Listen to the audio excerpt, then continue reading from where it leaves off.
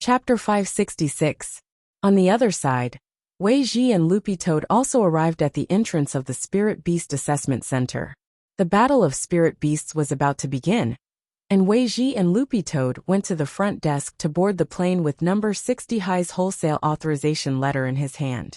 When the little sister at the front desk saw the copy of Wei Ji's pet trainer qualification certificate on the authorization letter, her mouth directly dropped to the size of an egg.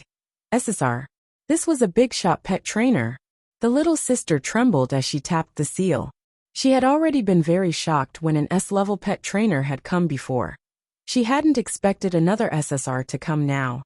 It was very obvious that these two pet trainers had been hired by the schools. Were all pet trainers so short of money these days? The little sister was a little puzzled. Hello, Mr. Wei Ji and Mr. Dog 2. This is your authorization letter. Your match will take place in Stadium number 3 in 15 minutes. The little sister gave a very professional smile. Thanks. Wei Ji accepted the documents and habitually tugged on his cap, turning it to the back. Just as Wei Ji was about to leave, the little sister suddenly said, "Oh, wait." Wei Ji turned his head with a puzzled expression. Is there something else? The little sister smiled awkwardly. I'm very curious. For a pet trainer of Mr. Wei Ji's level, what is the standard fee for commanding a battle on behalf of his master? Oh, I won't charge you. Wei Ji shook his head and looked at Loopy Toad at his feet, his eyes sparkling. Brother Dog and I are true love. The little sister. Loopy Toad. The Battle of Spirit Beasts was a true stadium battle.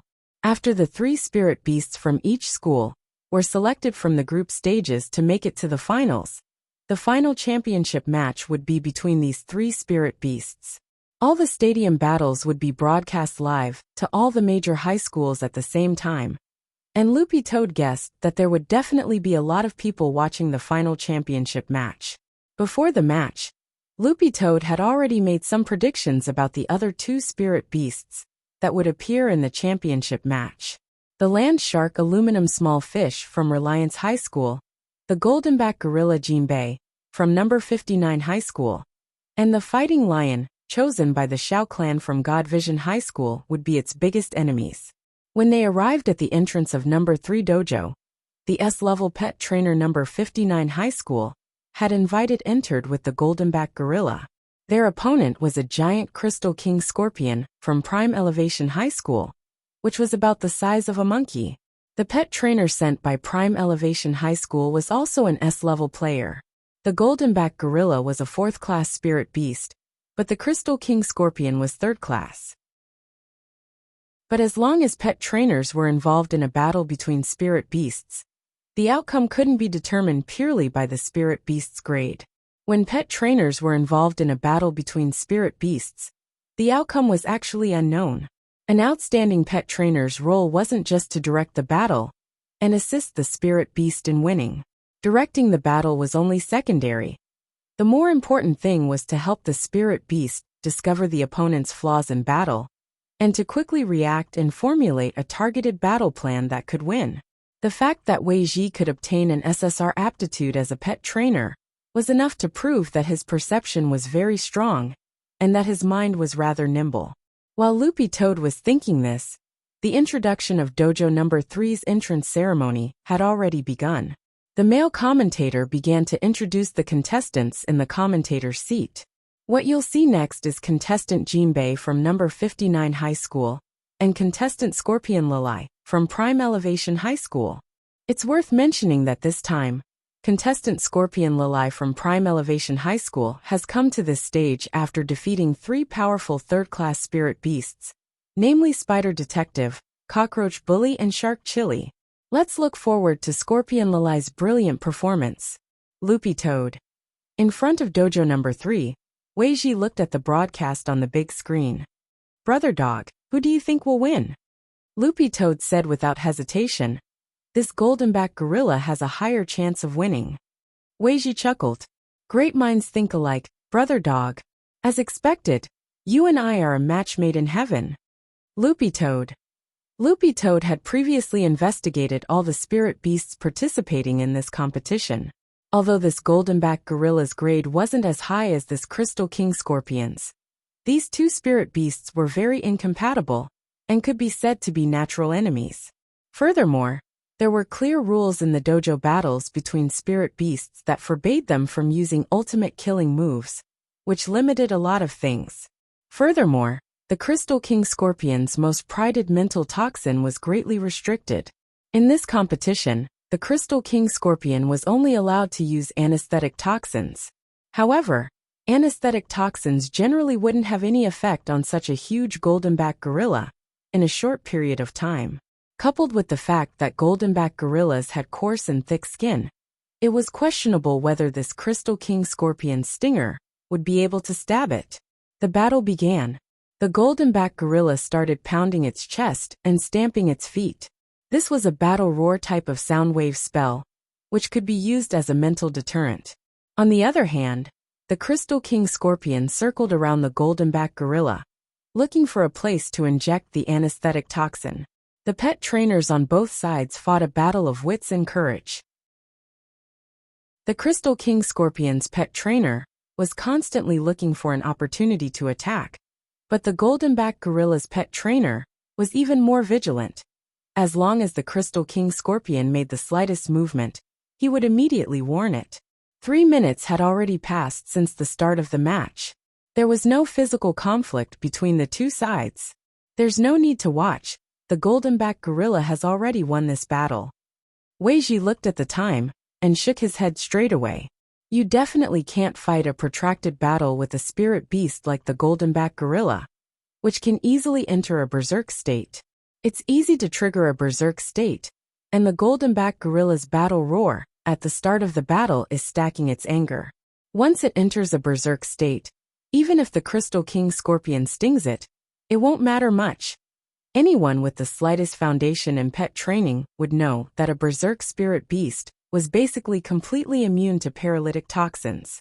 If the use of mental toxins hadn't been banned in the dojo battles, this Crystal King Scorpion might have had a better chance of winning. As Weiji analyzed the situation, a number of pet trainers nearby looked over in surprise, agreement and doubt.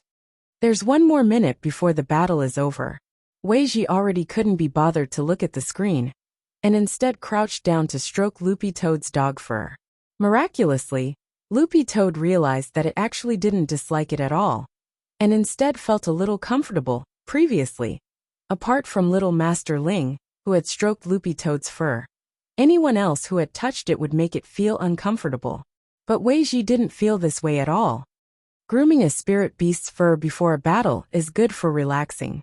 Weiji stood up after helping Loopy Toad for about a minute, because on the big screen, the commentator had already officially announced the end of the battle.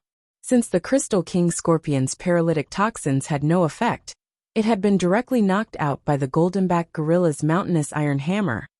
The two pet trainers shook hands and then left the arena. The goldenback gorilla and Crystal King Scorpion were sent down to have their injuries checked, as was customary in dojo battles. As Weiji had predicted, the battle was over in 1 minute. The pet trainers who had questioned Weiji earlier all looked at him in amazement. Who on earth is this person? The 2S level pet trainers have come out. Teacher Xiaofei and Teacher Yu Yang. They are both famous pet trainers from the Pet Trainers Guild. The two pet trainers smiled as they walked out of the dojo, and many young pet trainers crowded around them for autographs. But the moment they saw Weiji, they were startled. Mas. Weiji greeted the two of them with a smile and made a shushing gesture. Chapter 567. Weiji just made a gesture, and the 2S level pet trainers immediately looked away, pretending to be completely careless. Although their gazes had only met for a split second, Loopy Toad could clearly sense the reverence in the 2S level pet trainer's eyes for Weiji. Loopy Toad was all too familiar with this look. It was the same expression people in the cultivation circle had when they heard of Ling Junren and saw little Master Ling in person. When they were about to enter the arena, Loopy Toad and Weiji walked through a very long passageway. There was no one else in the passageway, and Loopy Toad couldn't help asking, "Are those two your disciples?" It felt that they were a little old. As an SSR level pet trainer, Weiji looked very young. Although he was still working hard to make money for the rations of his contracted spirit beasts, it wasn't hard to see that he was a person who took good care of himself. Weiji shook his head. No. Loopy Toad nodded inwardly and agreed. Weiji added, they're my grand-disciple. Loopy Toad. Loopy Toad and Weiji's entrance attracted a lot of attention.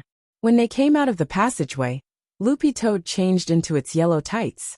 Last time, the tights had burst open because of the power of sight, and Mother Wong had rushed to make a few more sets overnight. For Loopy Toad, the yellow tights weren't just training clothes, but also battle clothes. That dog is a little interesting. A green-furred dog wearing tights.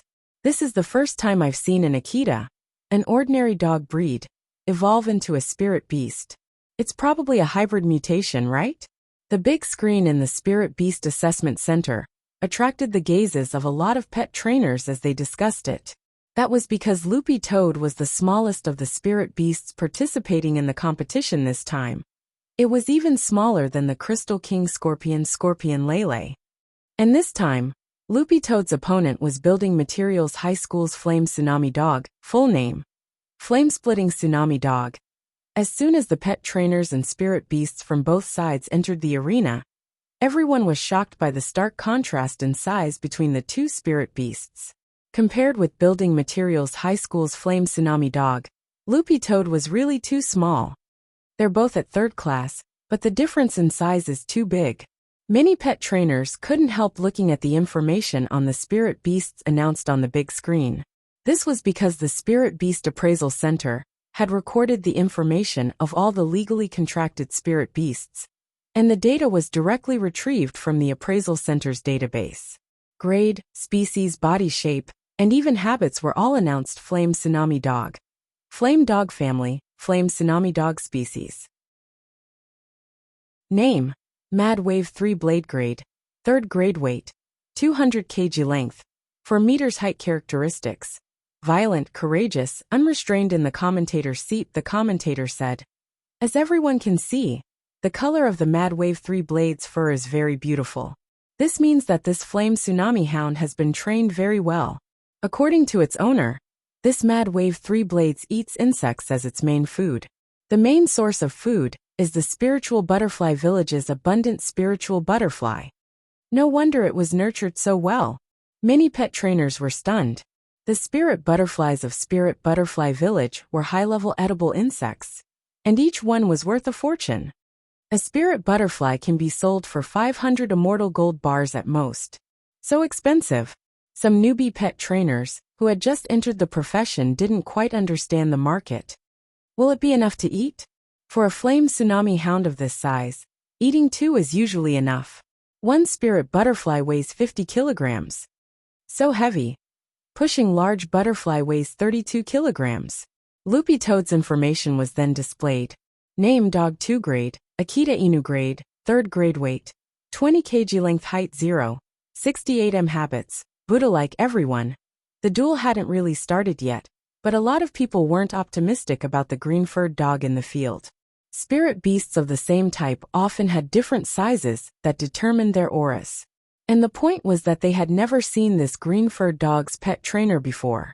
He didn't seem to be very famous. Hearing that someone was trying to find out Wei Ji's identity, Xiaofei and Yu Yang broke out in a sweat and whispered to each other. Why is Shishizu here? Who knows, he's probably short on money again. But if Shishizu is so awesome, why is he so unpopular? You probably don't know, but when Shishizu went to battle in the past, he always had a weasel with him. Without the weasel, Shishizu's sense of existence plummeted.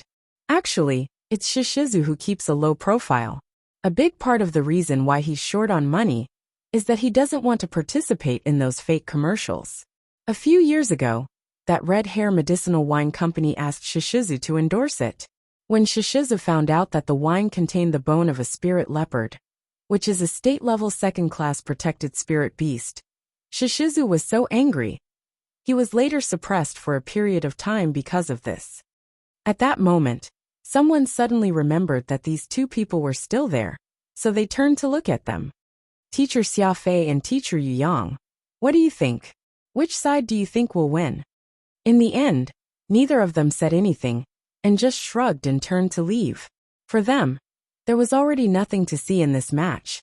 They didn't know how strong that green-furred dog was. But since Wei Ji had taken a liking to it, its fighting strength definitely wasn't weak. Moreover, they had heard rumors that Wei Ji was going to help a friend participate in the competition. But the problem was that they had no idea that Wei Ji was going to participate in the same event as them. A match between SSR-level pet trainers, and their granduncle master at that. What was there to see? With a whistle, the duel officially began. Standing behind Loopy Toad, Wei Ji carefully observed the flame tsunami dog's movements and tried to find a flaw as he calmly analyzed the situation. Brother dog, be careful. This flame tsunami dog can use a flame-throwing spell, but it takes a long time to cast it. My suggestion is to attack quickly and end the battle quickly. This was probably Loopy Toad's first time fighting its own kind. It paid close attention to the flame tsunami dog's every move, and in the end, the dog snorted disdainfully.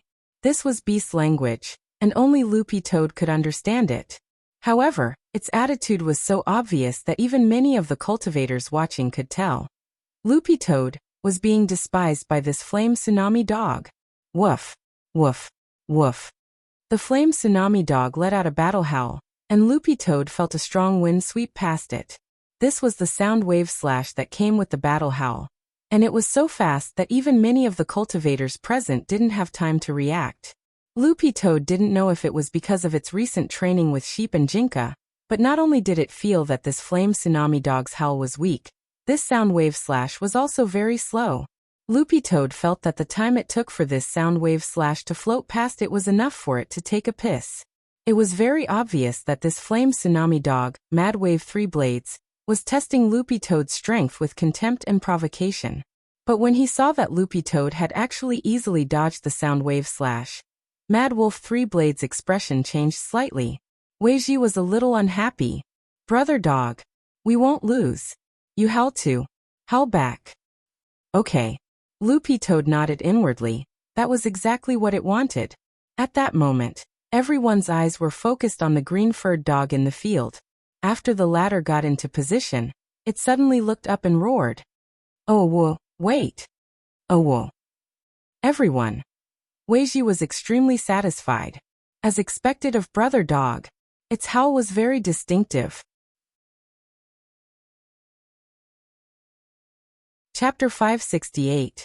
This roar seemed somewhat comical, causing the flame tsunami hound named Mad Wave 3 Blades to reveal a look of disgust. However, just as the roar faded away, Mad Wave 3 Blades' expression suddenly changed. For some reason, this green-furred dog, which was completely disproportionate to its size and which it had viewed as weak at first glance, suddenly made it feel a trace of fear. This was mental oppression? Mad Wave's 3 Blades did its best to remain calm, but it discovered that under the green-furred dog's roar, its body began to tremble uncontrollably like a ghostly animal. The flame tsunami dog's pet trainer realized that something wasn't right. 3 Blades. You have to stay calm. Think about it. If you win the competition this time, your master will buy you a spirit butterfly venerable as a gift. You'll use your favorite crispy fried tempura. Spirit butterfly venerable. That was the fattest spirit butterfly in Spirit Butterfly Village, and also the mother of all spirit butterflies, which was why it had such a special name. And there was only one in each nest. So a spirit butterfly venerable was very expensive, selling for about 50,000 immortal gold bars. But the meat was delicious, and Mad Wave's 3 Blades had been drooling for a long time. As long as the head was removed, a spirit butterfly venerable's protein was 200 times that of an ordinary spirit butterfly. Thrice reckless. You have to hold on, thrice reckless. In order for your master to buy a spirit butterfly venerable, wrap it in crispy fried tempura, and then eat it one bite at a time. You have to hold on. It decided that it couldn't admit defeat in front of a hybrid autumn green-furred dog, but it was still trembling uncontrollably. Thrice Reckless began to realize that this roar wasn't ordinary, but had directly stimulated its spirit and soul. This was a kind of fear that came from the depths of its heart. And it wasn't simple mental oppression. How terrifying. It was clearly a dog that was only the size of a palm, but after that roar, It felt that the green-furred dog's eyes were infinitely enlarging, as if its gaze could penetrate the depths of its soul, as if the heavens were pressing down on it. This dog, what was its origin? So scary, woof. Thrice Reckless started to whimper in a low voice. His tears were already flowing down uncontrollably, and he suddenly started to cry uncontrollably. This was because he realized that he no longer had any chance of winning this match, and the most important thing was, he couldn't eat his beloved venerable spirit butterfly anymore. The more Thrice Reckless cried, the sadder he became. In the end, he fell flat on his back, covered his eyes with his paws, and burst into tears. Scared to tears. This happened so suddenly that everyone in front of the big screen was stunned. Even the commentator was shocked. What's going on? Why would such a huge flame tsunami hound be scared to tears by a mongrel Akita? The commentator was shocked. Contestant 3 Reckless, can you still fight? Please bring out your brave and fearless fighting spirit. The competition could not end like this. This is a live broadcast. 3 Reckless covered his dog face. I can't anymore, woof. Don't woof. I really can't anymore, woof. Hurry up and find someone to carry me away, woof, otherwise it'll really be too late, woof. The commentator was very angry. Contestant 3 Reckless, please bring out the fighting spirit of a contract spirit beast. But just as the commentator finished speaking, a fountain of water shot up into the sky amidst 3 Reckless cries. Contestant 3 Reckless was so scared that he peed his pants. 3 Reckless tears flowed like a broken dam. I already said I can't anymore, woof. Wei Ji and Loopy Toad. Loopy Toad was in despair. Had it not controlled its strength well just now, it shouldn't have. But why had the flame tsunami hound been scared to this extent? Loopy Toad withdrew its aura and slowly walked toward 3 Reckless. It was as if Thrice Reckless had seen a primordial beast approaching him, and he actually fled the arena with a long stream of tears streaming down his face. This was probably the legendary running away in tears. The commentator had a helpless expression on his face. Because contestant 3 Reckless has lost his ability to fight, contestant Dog 2 wins this match. In the players' lounge after the match, Wei Ji watched the replay of the match and was puzzled no matter how he thought about it. Brother Dog, what did you do just now? He clearly thought that Brother Dog's wool was very cute. But why had it scared the flame tsunami hound to this extent? Loopy Toad. I don't know, I'm also in despair. Wei Ji frowned. If Brother Dog didn't use its full strength, but was still able to scare this flame tsunami hound to this extent, I'm wondering if it was because of an external object. For example, a magic treasure? In general, there were no restrictions on the use of treasures in the competition between spirit beasts. Spirit beasts could use their own treasures during the battle. However, under normal circumstances, there was no need to use such treasures, so there was no opportunity to use them. Loopy Toad was blank at Wei Ji's reminder. Could it be because of the Bone King? Although Fatty Luo had already refined the Bone King into a magic treasure, its original material was Dog Saint's bone. Loopy Toad opened its mouth and took out the emerald green Bone King with the swallowing spell. I think it's probably because of this. This magic weapon was refined from the Bone King that you gave me back then. Because Wei Ji and it were very familiar with each other, and it was Wei Ji who had originally given it the Bone King, Loopy Toad felt that there was no need to hide it at all. Brother Dog refined the Bone King into a magic treasure? Wei Ji was also blank when he saw the Bone King. To be honest, the vice president had a lot of treasures in his collection, but Wei Ji had only taken a fancy to this one back then, because he felt that it wasn't simple. He hadn't expected that he would actually pick up a treasure. Wei Ji sked. This bone's origin isn't simple. Maybe it's the bone of some high-class spirit beast, and Brother Dog has refined it into a magic treasure. Brother Dog carries it with him everywhere, which is why the other spirit beasts are so afraid of it. Loopy Toad basically agreed with Wei Ji's answer. It was most likely because of the Bone King that the flame tsunami hound had been so scared. This was the bone of Dog Saint, the supreme leader of dogs. If even a little of its aura seeped out, it would probably intimidate other dog-type spirit beasts of the same species. But Loopy Toad currently didn't know whether the Bone King had the same deterrent effect on other spirit beasts, since it was possible that it was only effective on dog-type spirit beasts. Loopy Toad decided to experiment a little later in the fight. What are the characteristics of the Bone King now? Weiji asked. Whatever it wants, Loopy Toad replied. It has a very unique spatial characteristic. Weiji sighed with emotion, and at the same time, a lot of ideas popped into his head. Brother Dog, can you show off the Bone King in the fight later? I want to do an experiment. Weiji looked at the final Spirit Beast showdown. Chapter 569. An hour later, everyone was already preparing for the highly anticipated final of the Spirit Beast battle. The finalists for the championship match were the same as Weiji and Loopy Toad had predicted at the beginning. Loopy Toad had initially thought that the two remaining spirit beasts in the championship match would be Jinbei the Goldenback Gorilla, Aluminum Small Fish the Land Shark, and God Vision High School's Fighting Lion. The only unexpected thing was that God Vision High School's Shao Clan's Fighting Lion lost to Reliance High School's Brutal Land Shark, Aluminum Small Fish. And most importantly, it had been a crushing defeat. When Loopy Toad and Weiji came out of the arena, they heard the pet trainers on the side discussing it. That land shark is a little scary. At first, I thought it would be a 50-50 situation on both sides. I never thought that the Fighting Lion would die so quickly.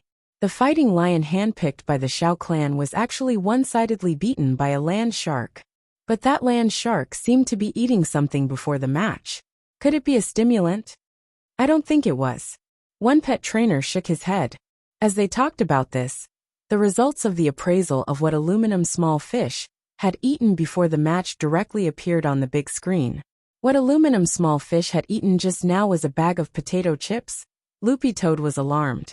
How could foodies fight nowadays? Potato chips.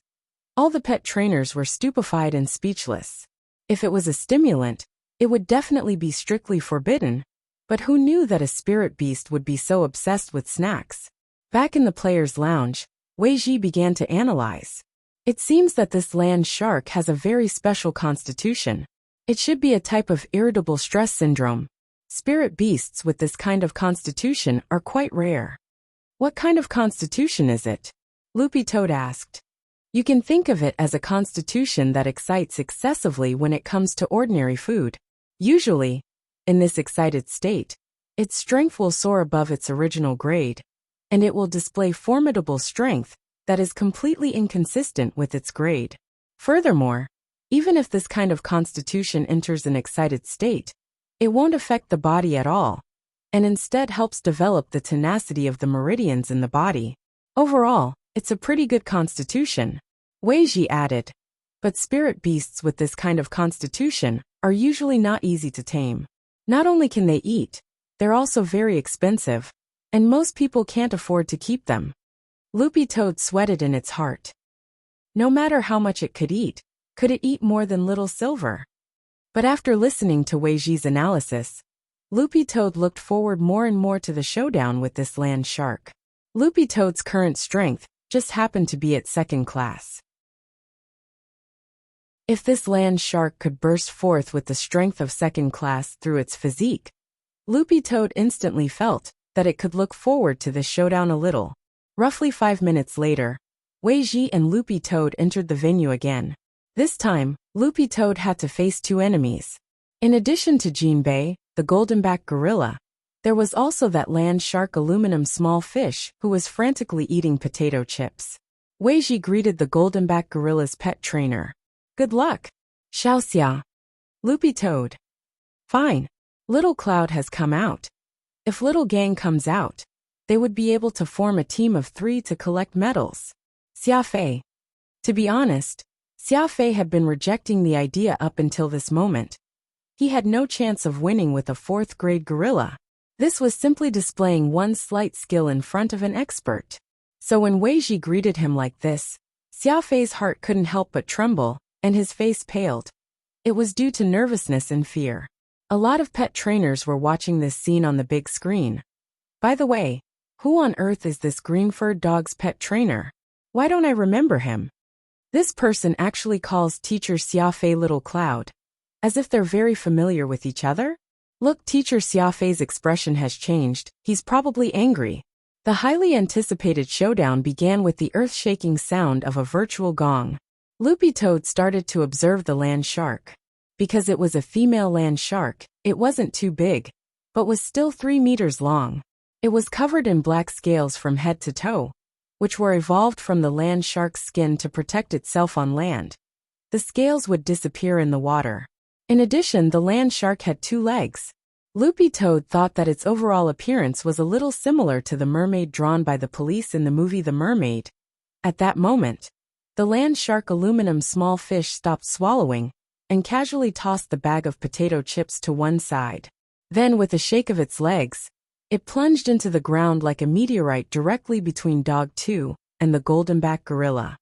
You too, surrender and you'll be spared physical pain. After saying that, aluminum small fish looked at its pet trainer. And you? What are you standing around for? Hurry up and order takeout. This old lady wants to eat potato chips.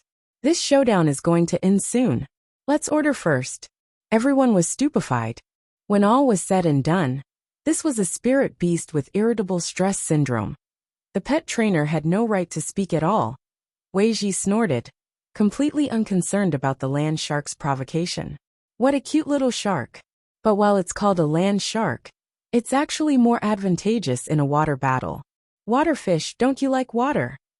The land shark didn't listen to its pet trainer at all, and after being dazed for a moment, it straightaway became furious. How dare they look down on it? Even if it didn't draw on the power of the water, it was enough. The land shark used its short and lean legs to shake, and immediately, a wave of impatient energy was transmitted from the ground, exploding on the stage. The goldenback gorilla's pet trainer Xiafei immediately said, "Jinbei, get out of the way." Unfortunately, because of the goldenback gorilla's huge size, and the fact that this energy had come from underground was really unexpected, it couldn't dodge at all, and was stabbed in the back by this energy that had pierced through the ground. It covered its butt and howled. However, the land shark didn't care about this 4th-level gorilla that couldn't even speak. It was planning to watch Buttface make a fool of himself, but it never expected that Buttface's reaction would be faster than it had imagined. At the moment when the energy was transmitted, Buttface stepped on the ground with his dog paw and immediately intercepted the force, completely canceling it out. While the land shark was stupefied, its opponent's counterattack came. "Brother dog, use your magic treasure to take it down." Because Weiji had said before that he wanted to experiment with the Bone King, Loopy Toad very cooperatively took it out. The moment the Emerald Green Bone Club appeared, there were cries of surprise from all around. Although they didn't know where this Emerald Green Bone Club came from, anyone with a discerning eye could see that it wasn't simple. Because the moment Loopy Toad took it out, both the goldenback gorilla and the irritable land shark subconsciously took several steps back. The land shark stared at this Emerald Green Bone Club in indescribable shock. What was going on?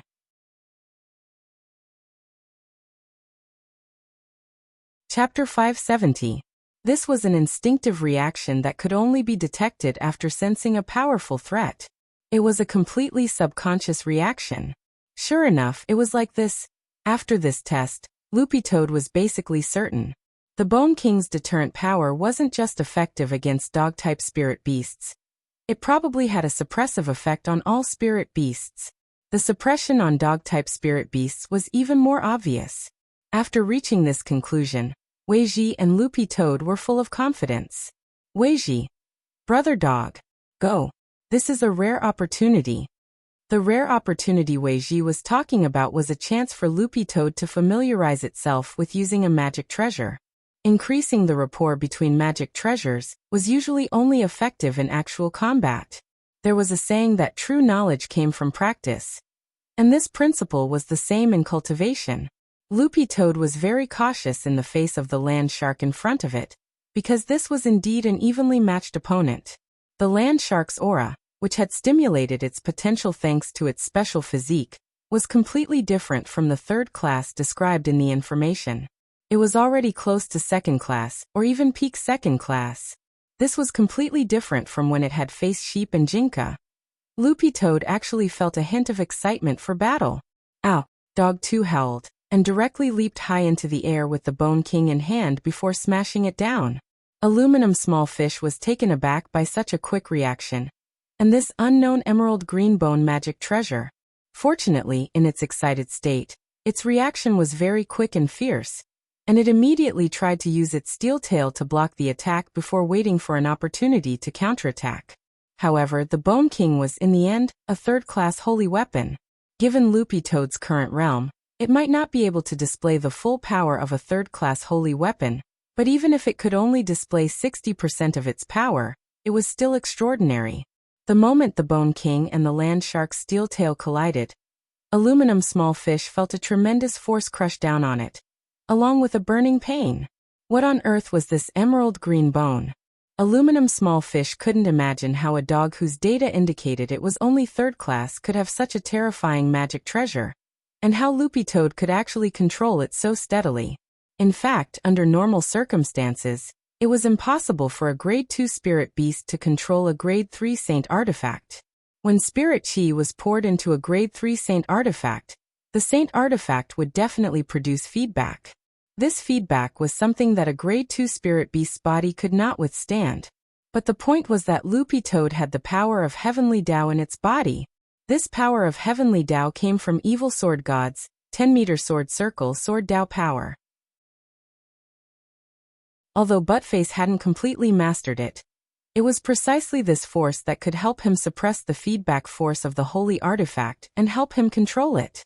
It was precisely because of this suppression that when the Bone King transformed into a glove, it resonated with the power of Sword Tao in Loopy Toad's body, which upgraded the glove into a spiked glove that contained the power of Sword Tao.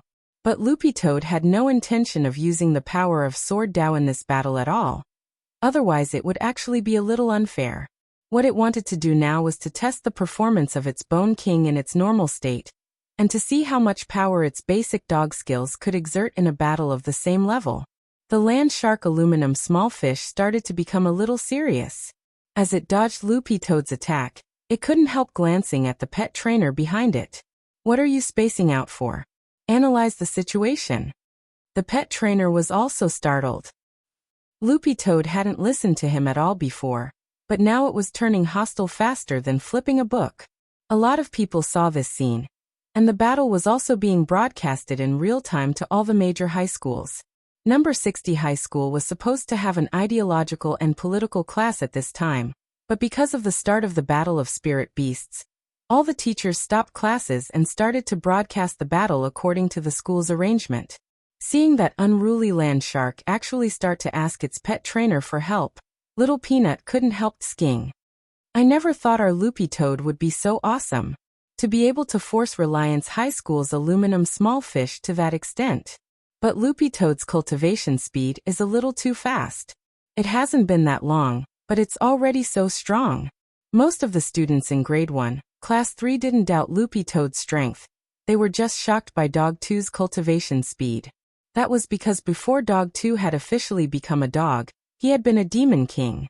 Although he had been killed by Senior Ajwa as soon as he had landed, a Demon King was still a tribal commander-level figure in the demon race, and had been through hundreds of battles. Dopigwa chuckled. Looks like my family's fodder is pretty good. Also, Loopy Toad has a good relationship with this little uncle of mine. My little uncle was originally an SSR-level pet trainer, so he might give Loopy Toad some pointers in cultivation in private. Hearing this, a lot of people in class nodded.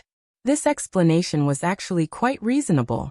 At the same time, Wang Ling secretly breathed a sigh of relief. Otherwise, he really wouldn't be able to explain how Loopy Toad had become so strong in such a short time after being fostered in his home. But what's that magic treasure in Loopy Toad's hand? Did your little uncle give it to you? Lotus Sun asked. That's right. Dopigwa nodded. My little uncle did tell me before that he had given Dog 2 a bone as a gift, but I never thought it would be a magic treasure. Lotus Sun, do you know its grade? Dopigwa shook his head. I don't know, I'll ask him later. Superchin smiled. I think the light effect of this bone is pretty heaven-defying. It's like the light effect of a web-based Dragon Slayer sword. Maybe it's a holy weapon. Wang Ling. Dopigwa spread his hands. Don't joke around. My little uncle has to raise so many spirit beasts. He's short on money himself. At most, he'll give him a spirit weapon. He can't afford a holy weapon at all. I was just joking. Superchin spread his hands. Superchin pillowed his head. But your little uncle is an SSR-level pet trainer. So why do he know so few people? Dopigwa. He's usually more low-key. But the main thing is that whenever he participates in a competition, he always comes in second place. Who would remember second place? Also, he didn't bring that weasel with him, so of course no one remembers him. At the mention of the weasel, everyone in grade 1 class 3, including the political science teacher on the dais, looked as if they had suddenly realized something. Oh, so it's him. Wang Ling was also startled. It turned out that the weasel's fame had all gone to him. Elsewhere, the battle in the field was still going on. Dog 2 and the land shark were having a great time fighting. Both sides attacked each other back and forth, completely ignoring the golden-backed gorilla on the side. The commentator was also speechless at this scene. Xiafei really couldn't take it anymore. Jinbei, you go. Jinbei plopped down on the ground and turned to look at Xiafei. Because it couldn't speak, Jinbei could only sign. It then looked at Dog 2 and the land shark aluminum small fish, who were fighting in front of it, and finally raised its plump butt to slap it. Xiafei. The commentator immediately understood. Contestant Jinbei means that when immortals fight, go my ass. The corner of Xiafei's mouth twitched. You have to go. Even if you lose, you have to go. Jinbei looked at Xiafei and thumped its chest. The commentator. Contestant Jinbei says that if you F***K again, she'll beat your chest with her little fists.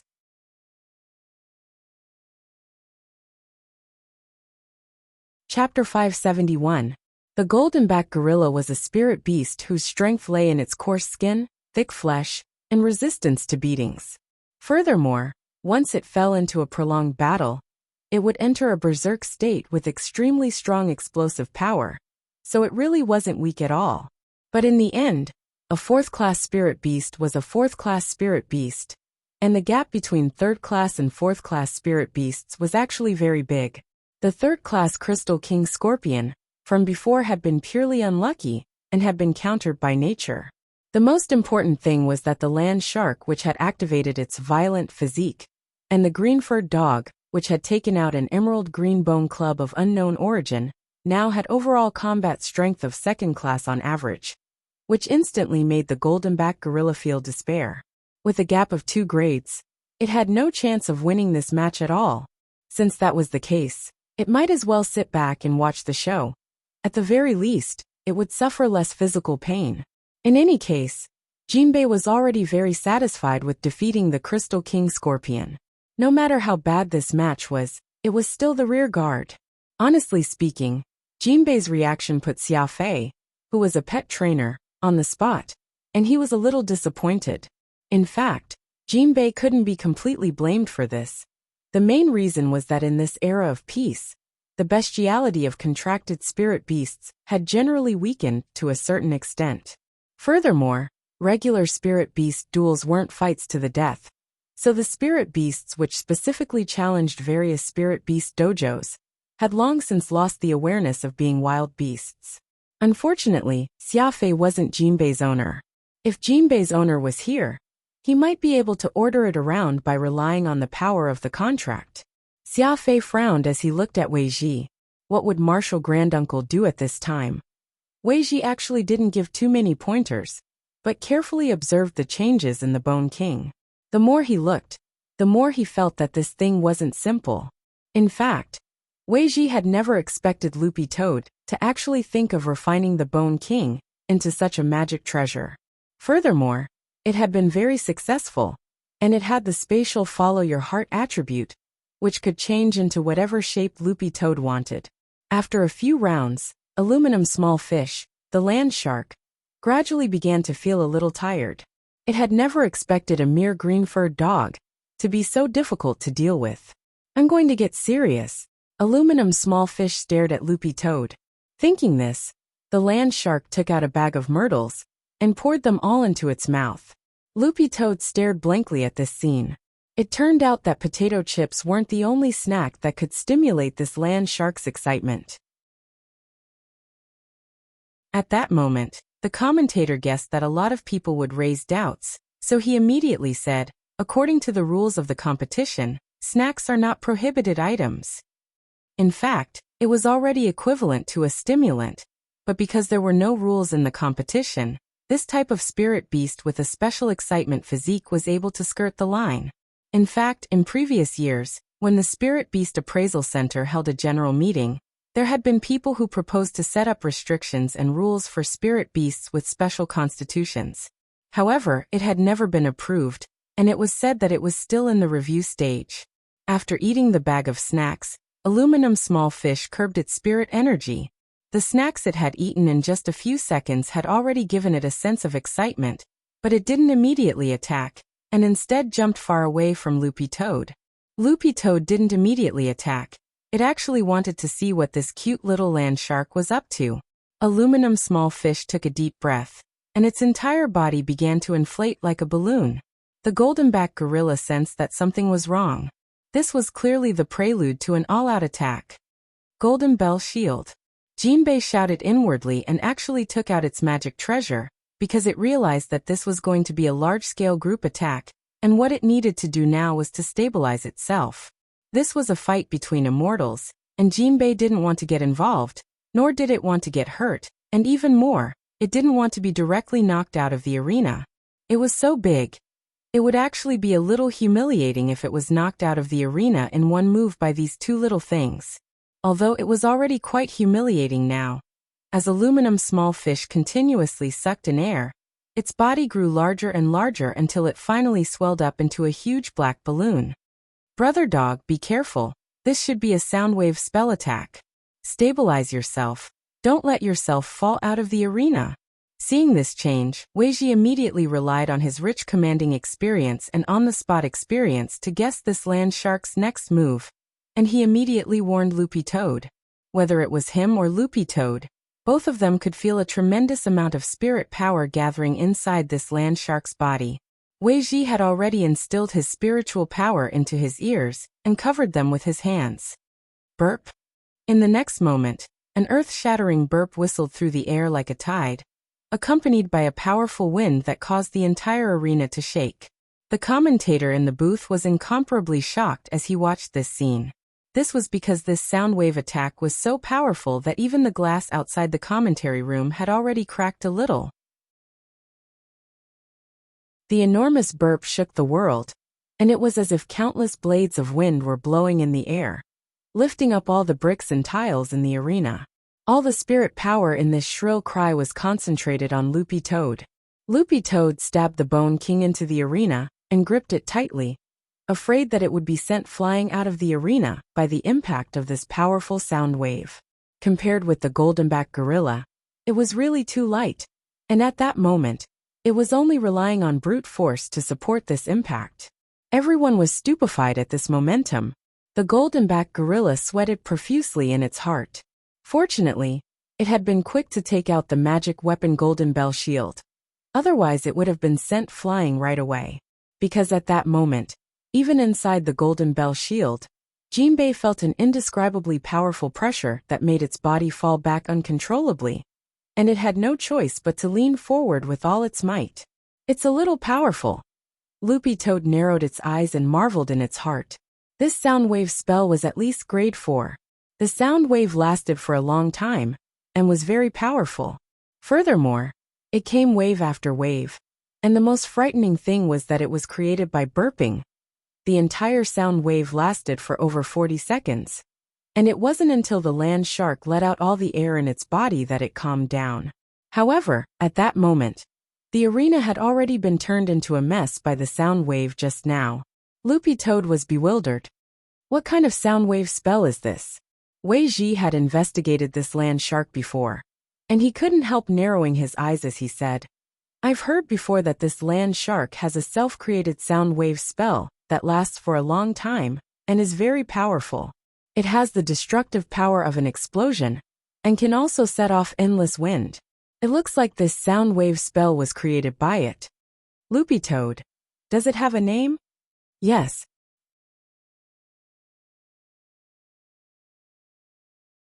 Chapter 572. A self-created spell, floating wave spelch, and a grade 4-1 at that. It looked like this land shark wasn't simple. Not only did it have a special constitution, its identity wasn't simple either. In fact, Loopy Toad had vaguely sensed this from the very beginning of the fight. This land shark's bloodline wasn't simple. It was probably a hybrid, but Loopy Toad didn't know what kind of bloodline it was. It was a pity that little Master Ling wasn't here now. Otherwise he would have used the Great Blood Origin spell to sense this land shark, and he would have been able to list out the bloodlines of the 8 nations one by one. Dopigua's parrot Dopigua was a super hybrid parrot. Although it wasn't weak, it couldn't control its strength very well because it was a hybrid, and it often had to soak in medicinal baths. Thus, Dopigua hadn't brought it to school during this time. According to the information in the Spirit Beasts section of the Cultivation Encyclopedia, land shark's attributes were actually quite balanced. But this land shark gave Loopy Toad a completely different feeling. Its strength and durability were particularly outstanding. Although this was also due to its special constitution, as an opponent, Dog 2 could indeed sense that this land shark was extraordinary. The fact that it could create its own spirit technique was already proof that this land shark's intelligence was very high. Far above that of its peers, Loopy Toad frowned. To be honest, it was now a little suspicious whether this land shark was in the same situation as it was. For example, some remnant soul had been integrated into a body. That was because Loopy Toad felt a sense of familiarity when it had fought this land shark. Of course, it hadn't sensed the slightest bit of demon chi from this land shark. It looked like it had to deal with it carefully. Loopy Toad pondered in its heart.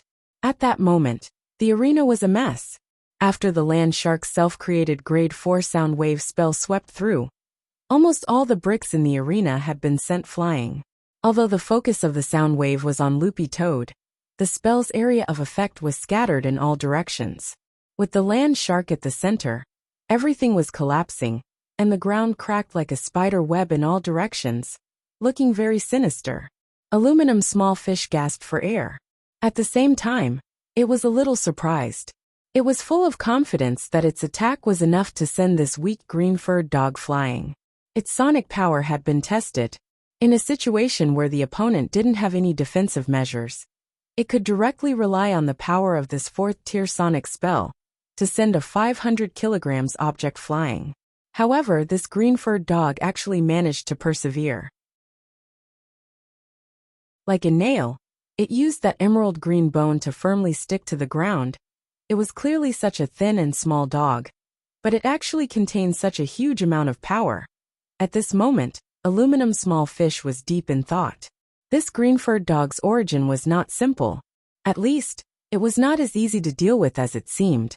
If it was just a pure hybrid between an Akita and another spirit dog, it would never be this strong. For a time, both sides sunk into silence after the attack and defense of the Soundwave spell. At number 60 high school grade 1, class 3 was in high spirits.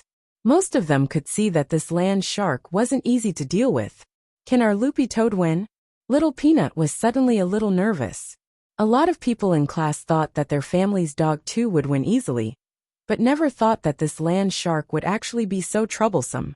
It was hard to say what the outcome of the battle would be, since no one knew what this land shark, which could only create its own 4th-tier sonic spell, and was full of all kinds of surprises, would do. Superchin frowned. He felt that this land shark's background definitely wasn't simple. Throughout the entire process, Wang Ling had been silently watching the battle. After seeing the land shark's self-created sonic spell, his expression didn't change in the slightest. Dopigua nudged Wang Ling next to him with his elbow. Wang Ling, do you think Dog 2 can win? Wang Ling didn't say anything else, and just gave a light before he actually took out a 3-5 scroll from his desk and started to look through the questions. For Wang Ling, there had actually been no suspense in this match from the beginning. But at that moment, something changed in the arena again. Aluminum small fish's gaze suddenly made the golden-backed gorilla, which had been ignored all along, stand on end. Jinbei wanted to cry, but had no tears to shed. So after a fruitless battle with that green-furred dog, was the land shark going to start with itself first? However, to everyone's surprise, Aluminum small fish actually walked over to Jinbei and looked up at it. "You're Jinbei, right?" The golden-backed gorilla shrank inside the golden bell shield and didn't dare move, and just nodded silently. Aluminum small fish smiled evilly. Because the land shark's mouth was bigger, when it grinned, this evil smile looked even more ferocious, and the golden-backed gorilla's hair stood on end. Jinbei looked at Aluminum small fish and howled suspiciously. This was spirit beast language, which meant, "What do you want?" Aluminum small fish's words were astonishing. "How about we work together? Let's get rid of that green-furred dog first." The golden-backed gorilla's eyes lit up. It hadn't expected this irascible land shark to actually come up with this plan, which actually had all sorts of advantages and no disadvantages for it. Originally, it would only be able to take third place, but if it could get rid of this green-furred dog, taking second place would also be wonderful. At the same time, this scene also surprised everyone else. No one had thought that this irascible land shark would actually take the initiative to seek cooperation. Xiafei broke out in a sweat. He had been completely ignored. Why did contract spirit beasts nowadays like to act on their own, as long as their masters weren't around? Weiji wasn't very nervous and just chuckled. "Brother dog, it looks like this little fish really wants to get rid of you." Loopy Toad wasn't afraid at all, and instead felt very excited. "No hurry, let's see what it wants to do first." "What should I do?" The golden-backed gorilla gestured to Aluminum small fish, still speaking in spirit beast language. "Lend me your golden bell shield," said Aluminum small fish. The golden-backed gorilla obediently handed over its golden bell shield, completely unaware of what Aluminum small fish wanted to do. In the end, in the next second, Aluminum small fish, who had taken the magic golden bell shield, started to suck in air again. It was clear that it wanted to belch again. But why had Aluminum small fish borrowed the golden-backed gorilla's golden bell shield? Everyone was puzzled no matter how they thought about it. But in the next moment, Aluminum small fish's steel tail actually ruthlessly smashed the top of the golden bell shield and directly sent it flying. Jinbei wanted to cry, but had no tears when it saw the magic treasure broken. "You, brother dog, watch out." At that moment, Weiji suddenly guessed what Aluminum small fish was going to do. "Loopy Toad." As soon as Weiji said this, sure enough, Aluminum small fish had the golden-backed gorilla put the broken top of the golden bell shield on its shoulder and turned it into a simple sound amplification magic artifact. "Weiji, this is the ultimate version of the floating waves belch. Megaphone."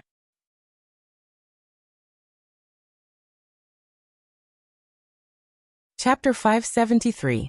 Loopy Toad frowned slightly at the enhanced soundwave spell. In fact, it was already fully aware of the power of this spell. When the golden-backed gorilla had lifted the golden bell shield from the top of the slope, Loopy Toad had already realized the land shark's true intentions. It knew that Aluminum small fish wanted to use the ultimate version of the soundwave spell to send it flying, and Loopy Toad estimated that this big horn was more than 10 times more powerful than the normal version of the floating waves belch. The soundwave spell that the land shark had used before had only been a large-scale group attack.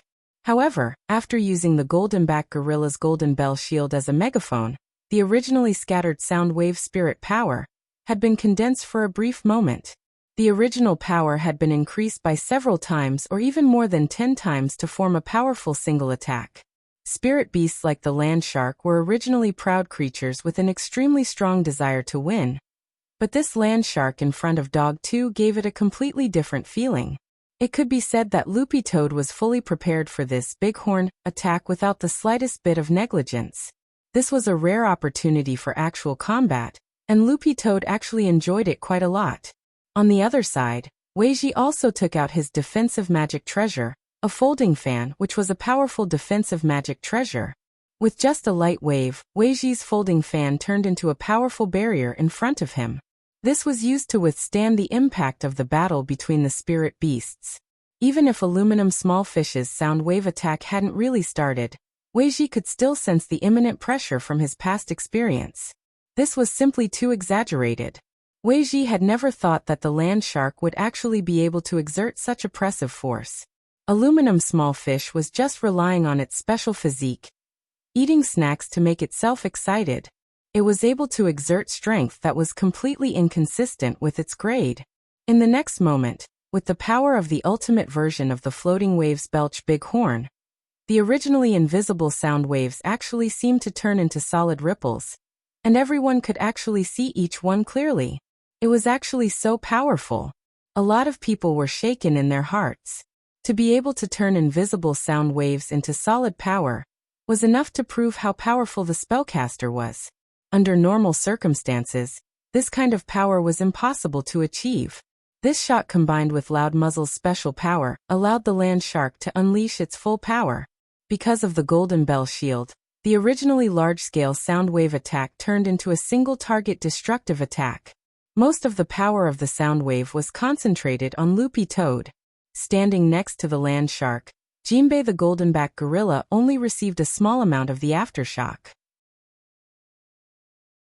This huge momentum shocked everyone who was watching the battle. The power of the megaphone was like a nuclear bomb. It shot out a huge energy cannon, like a destructive ray, destroying everything in front of it.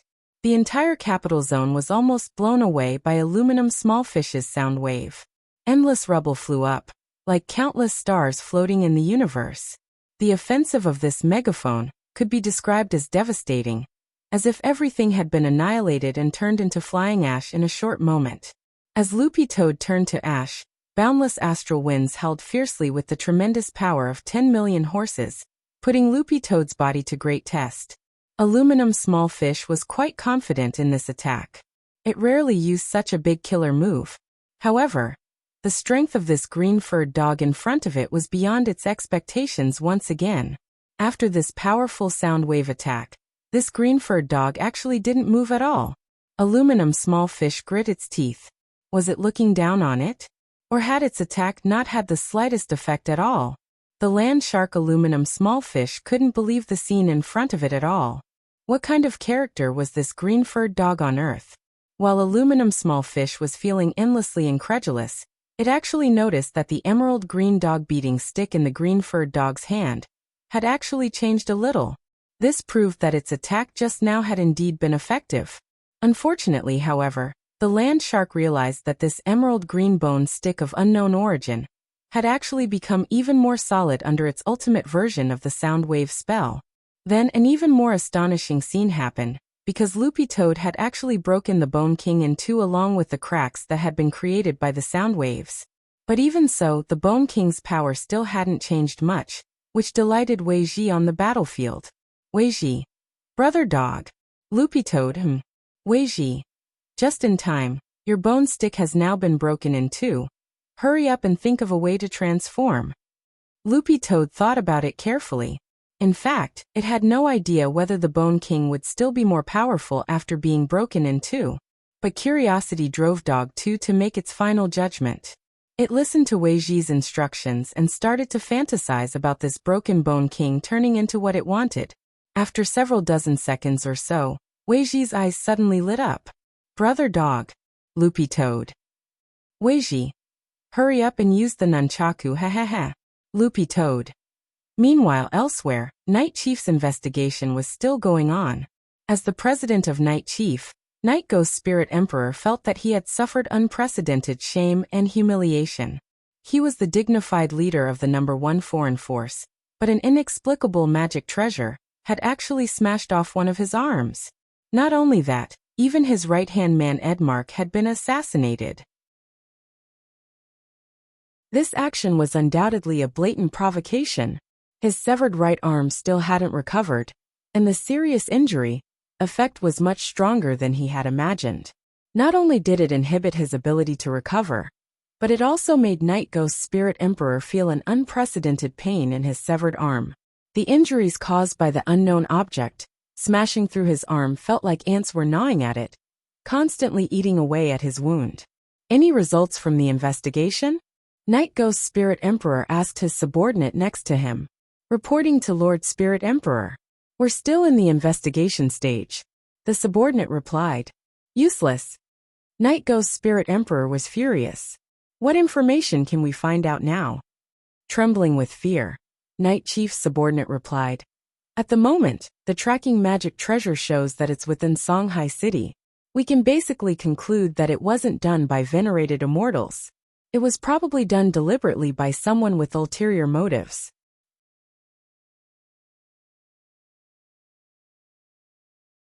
Chapter 574. The battle was still going on.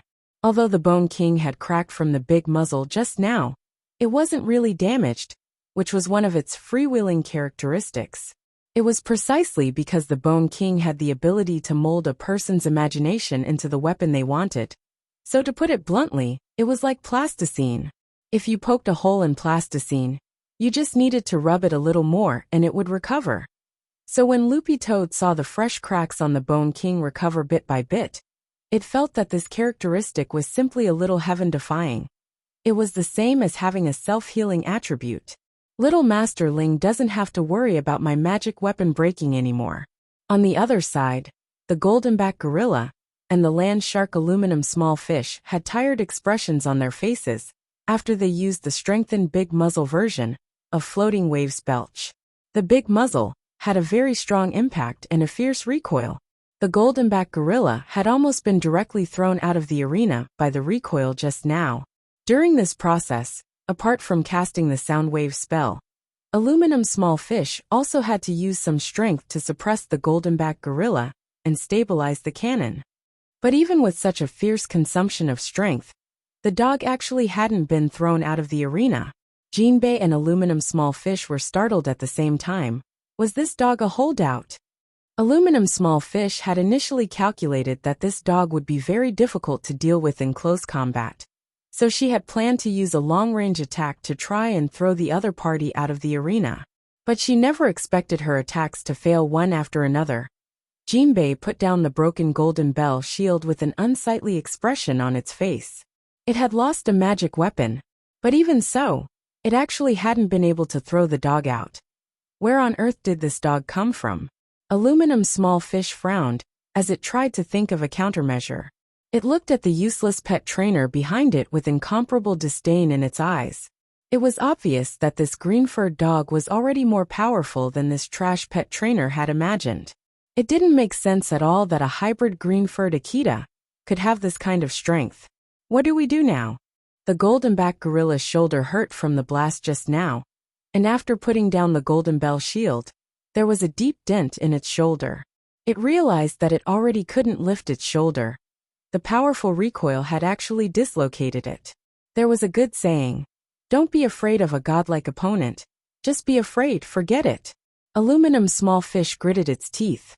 It felt that taking the initiative to seek out teammates was already shameful enough. However, the problem was that in a 2-versus-1 situation, they were actually unable to deal with the green-furred dog in front of them. This made aluminum small fish feel humiliated and ashamed. Xiafei couldn't bear to watch this situation any longer. Jinbei and aluminum small fish were consuming too much spirit energy. They should have listened to their pet trainers and used some probing attacks in the beginning. Xiafei wanted to say something, but when he saw aluminum small fish gritting her teeth, he didn't dare to speak. He could imagine that even if he kindly reminded it now, the land shark would definitely roll its eyes and say, "Don't order me," or something like that. Brother dog, charge. Take advantage of its weakness. Kill him. Use the Bone King to borrow strength. Weiji knew that the goldenback gorilla and the land shark had consumed a lot of their spiritual power, so this was the best time to attack.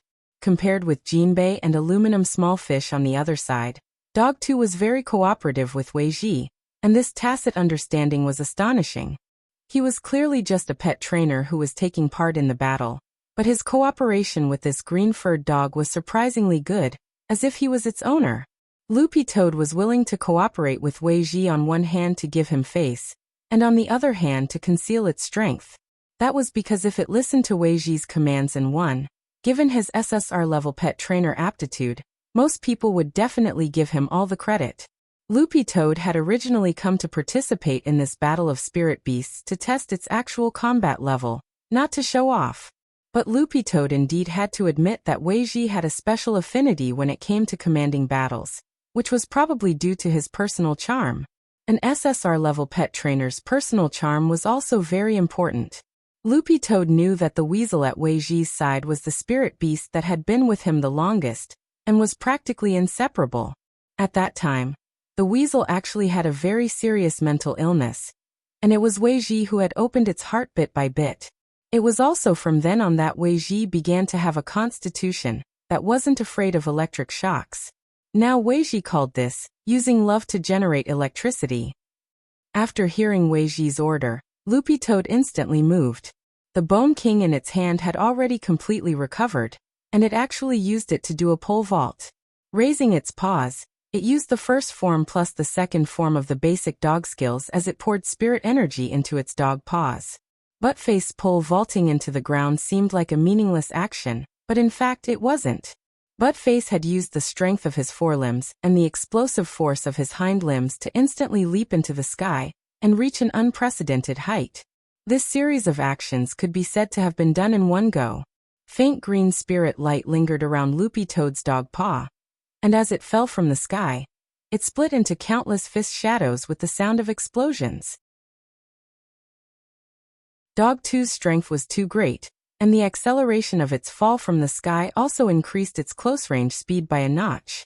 It was like a sky full of meteors falling to the ground, far from what the land shark and the clumsy goldenback gorilla could compare to. The basic dog skills actually weren't anything fancy, but when combined with the Bone King's pole vault, the sky full of fist shadows falling from the sky suddenly gave people a sense of déjà vu. The moment it landed, Loopy Toad's mind was filled with a carefree feeling, but it was also enlightened. Even if there weren't any fancy, ordinary spirit techniques, as long as it was coordinated with a little movement, it would still have a miraculous effect. Stupid monkey. Let's join hands and block it with all our strength. Aluminum small fish grit its teeth. The goldenback gorilla grunted and crossed its thick arms. Just as it was about to assume a defensive stance, it suddenly felt something push it. The land shark had actually pushed it forward to use it as a shield. Jinbei. Aluminum small fish. What are you looking at? You've never seen a beautiful fish before. You block it, I'll transfer some energy to you from behind. Jinbei realized that it had been tricked. What F*** king transfer of energy? It wasn't like this was some kind of lucky game. Loopy Toad didn't hold anything back in its attack this time. After practicing with Sheep and Jinka previously, Loopy Toad could already punch at least 200 times per second with just the first and second forms of the basic dog skills. The fist shadows were like streaks of green flaming meteors as they struck the ground. The goldenback gorilla was actually dazed at this scene, and it thought of a song it liked very much. You're as beautiful as fireworks, so beautiful, lightly streaking across the empty sky.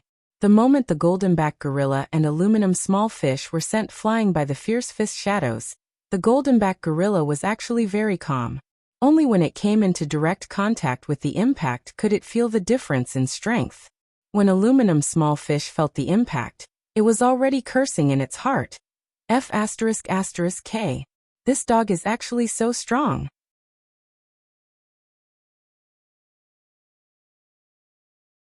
Chapter 575. It was simply too exaggerated. Buttface's series of dog skills were dazzling, and he won the match in a way that exceeded everyone's expectations. The commentator announced, Aluminum small fish and Jinbei have lost the ability to fight. Contestant dog 2 wins. Everyone was dumbfounded. They had thought that it would be a tie, but never expected it to be a one-sided victory. At that moment, a lot of people focused their attention on Wei Ji, suddenly feeling that this unknown SSR-level pet trainer was something. He had given a lot of instructions in the fight just now, and he had cooperated very well with this green-furred dog. Furthermore, he had analyzed some of the enemy's intentions quite well. But why didn't they have any impression of such a formidable person? Even the commentator was puzzled. Then, The commentator began to flip through the information on domestic pet trainers based on Wei Ji's face.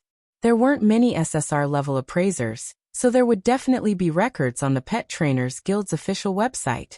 Then the commentator saw a photo of Wei Ji and a weasel, and when he saw the weasel, he slapped his face in realization. So it was him. That perennial second. But today, it seemed that he had finally taken back first place. The point was that this wasn't a large-scale competition. In the hall of the Spirit Beast Assessment Center, a white-haired old man in a suit was watching the broadcast. "What does Lord President think?" a young man asked in a low voice. "Not bad, he's a promising talent. It just so happens that our Spirit Beast class is still short of manpower," the old man said.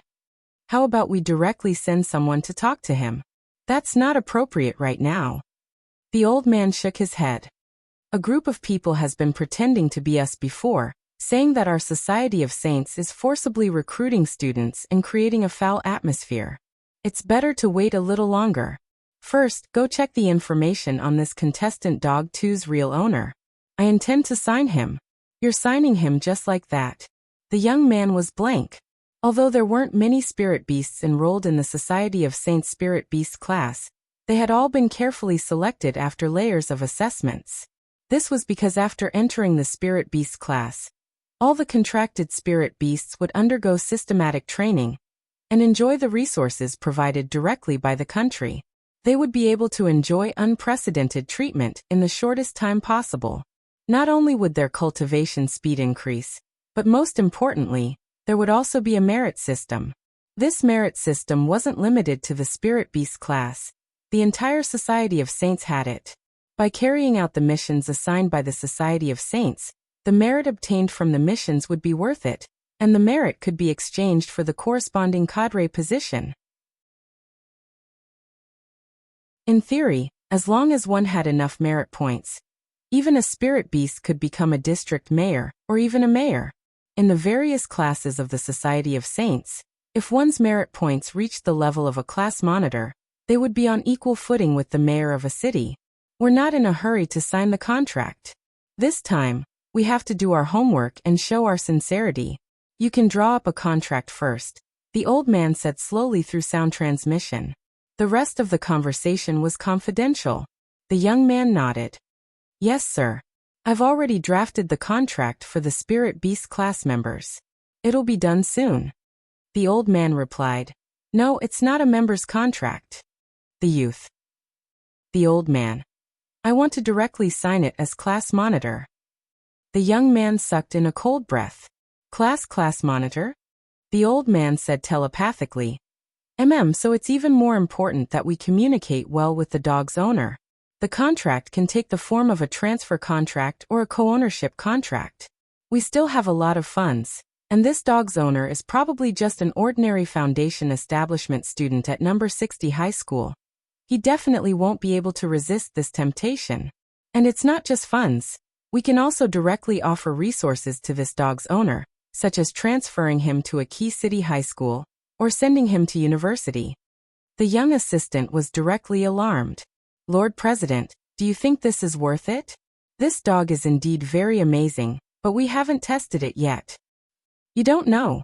The old man shook his head and smiled slightly. "Did you see the pet trainer who commanded this dog today? Do you know who he is?"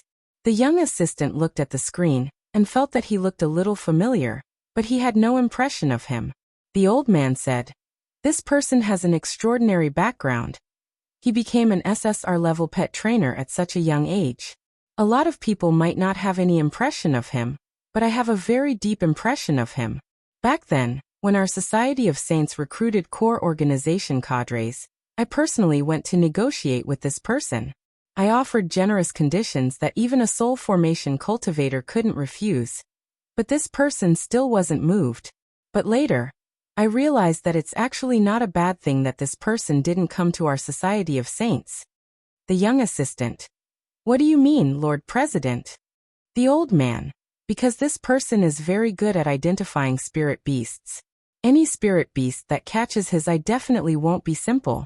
Of the 5 spirit beasts we've recruited so far, I've actually followed him, and then signed 3 of them."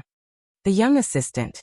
As long as it's a spirit beast that this Mr. Weiji fancies, it won't only have excellent aptitude, great talent, and upright values. Furthermore, its heart will definitely be filled with a sense of justice, and in line with our core cultivation values. The old man said. The point is, don't you think this dog is very pleasing to the eye? The young assistant was stupefied and fell silent. He didn't speak for a long time. To be honest, he felt that it was a bit arbitrary to sign a class monitor contract based on this point alone. I know you're definitely not convinced right now, but sometimes you have to believe in superstitions, the president said. Previously, I took a fancy to a university student's spirit dog. It's a very magnetic spirit dog. The young assistant raised an eyebrow. He had heard about this before. Lord President, are you talking about the spirit dog under Zhao Yusin, a graduate student at Lower Gate Cultivation University? Its name is Jijiliang? That's right. That's it. The old man nodded. It's a very powerful spirit dog, a ninja spirit beast. It also has a very strong imitation ability, and can imitate the fighting style of other spirit beasts. It used to have a nickname, Copy Dog. The young assistant nodded. In fact, he also had some doubts. Then why didn't you sign it after that? The old man said. I deliberately sent someone to find that student, and then arranged for Mr. Weiji to meet this dog in private. In the end, I found that Mr. Weiji actually had a look of disdain on his face. Later, I sent someone to carefully investigate the dog's owner and the background of this dog. The young assistant. And then, the old man. I actually found out that this university student had actually falsified his academic thesis. Not only that, but this female dog under his command had bad values. It had repeatedly insulted our country. After that, this old man didn't sign it and handed in a report. The young assistant sighed. Then it should have been expelled already, right? The old man shook his head. It was just a warning to stay in school.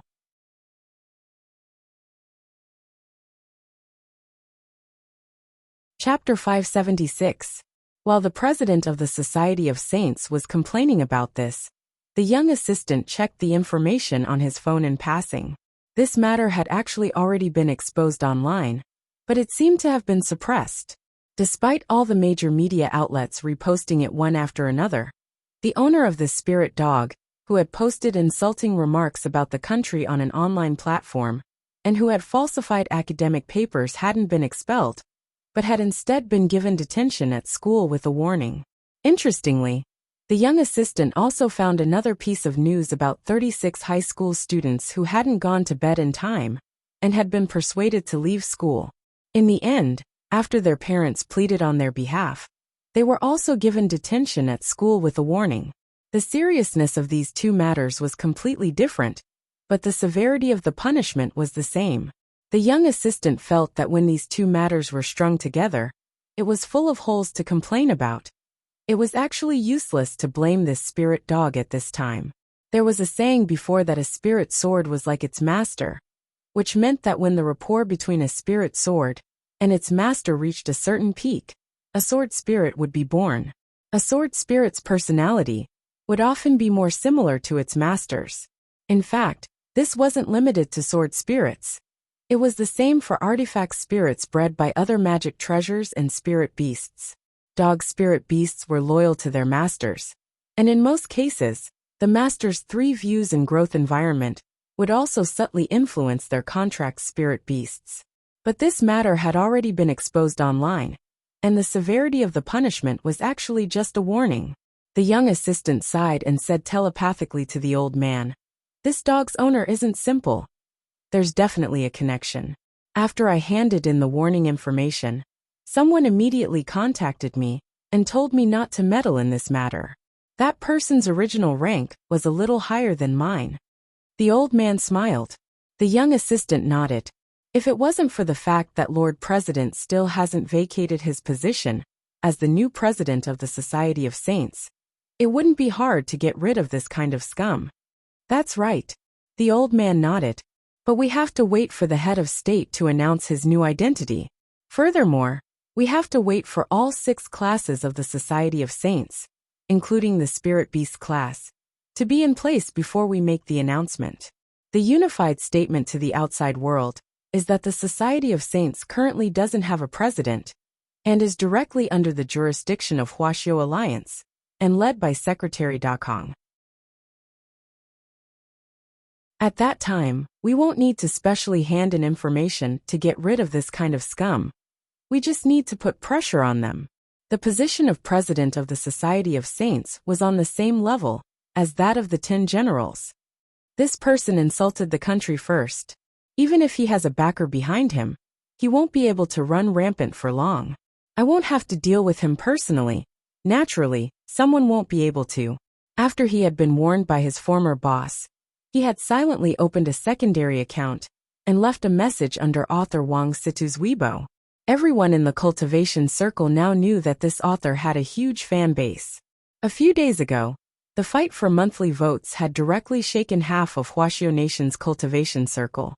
The old man smiled and stared at the young assistant in front of him. I still need you to keep an eye on the current situation, little Han. I have a premonition that this green-furred dog is very special. In the past, I've never seen Mr. Weiji show such a happy expression towards a spirit beast when I was tailing him. The young man named Han Jin nodded and said, "What are you saying, President Fu? Since you have made up your mind, this subordinate will do his best to arrange it."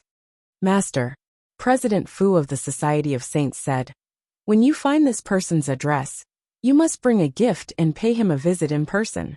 Make it clear why you're here. And try to keep a low profile and be gentle. If you can't come to an agreement, don't be too anxious. Also I have buy.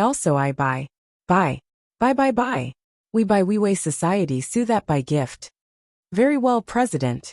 Han Jin asked, "Do you want to prepare a gift bag of snacks?" Nowadays, a lot of foundation establishment students seem to like snacks, like spicy strips or crispy noodle snacks. Won't the elixirs we provide be more impressive? Snacks were really too low class. Won't it be more tempting to directly use the Super Spirit Elixir? The old man chuckled.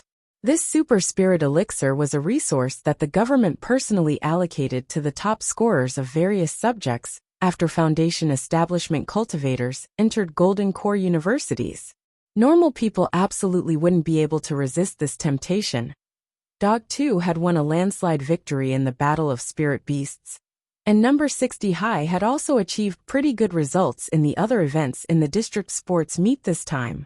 They had even broken the historical records of Key High School's Reliance High School and Prime Elevation High School in some of the events.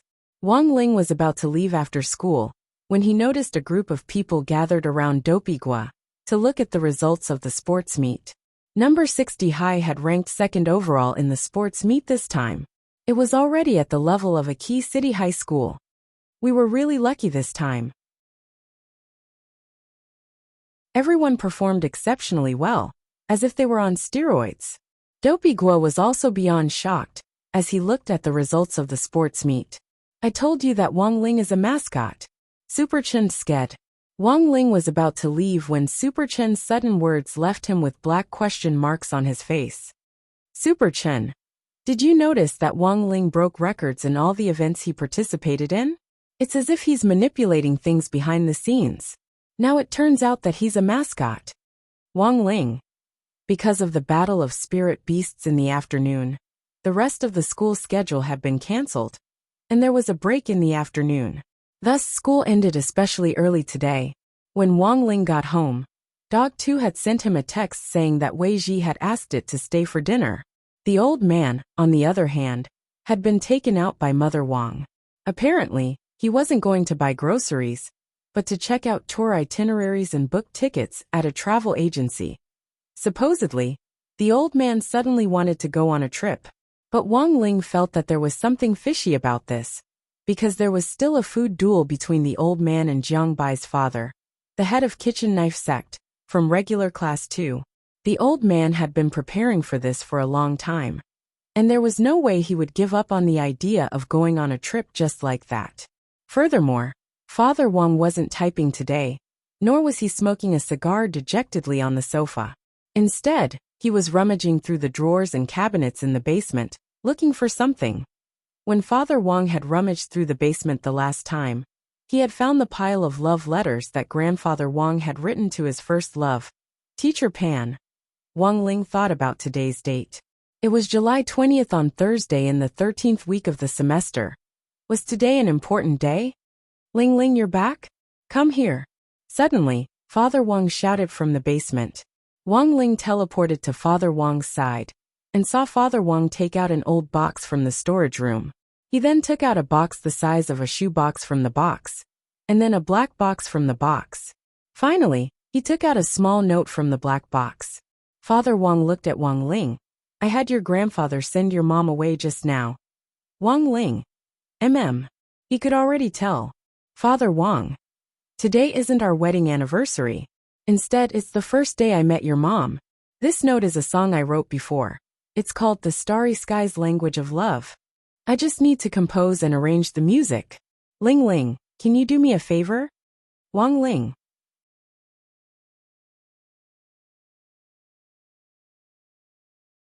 Chapter 577. Father Wang had written these lyrics the first time he had met Mother Wang. Actually, Wang Ling had never really understood their love history. However, the relationship between an old married couple had always been pretty good, and it was actually very normal for them to stumble. But Wang Ling felt that the number of times Father and Mother Wang had quarreled, since he was young, could be counted on his fingers. Wang Ling had wondered whether today was their wedding anniversary, but when he looked at the time, it didn't seem right. Now that he heard Father Wang say this, Wang Ling was suddenly enlightened. He could even remember the first day they met. It seemed that it had been love at first sight back then. Lyrics of the Starry Sky's Language of Love. Walking alone in this world, does it seem a little lonely watching the Big Dipper in the cool night breeze? How I wish I had you with me. Our memories are in the night sky. Remember, when I interpreted the language of the stars with you, what mystery is there in liking? What mystery is there in liking throwing everything away? It seems there is only confusion. When I was young, I watched the meteors fill the sky, always thinking of who could accompany me walking through the forest with you to the precipice, watching the starry sky shine on my hometown in the wind.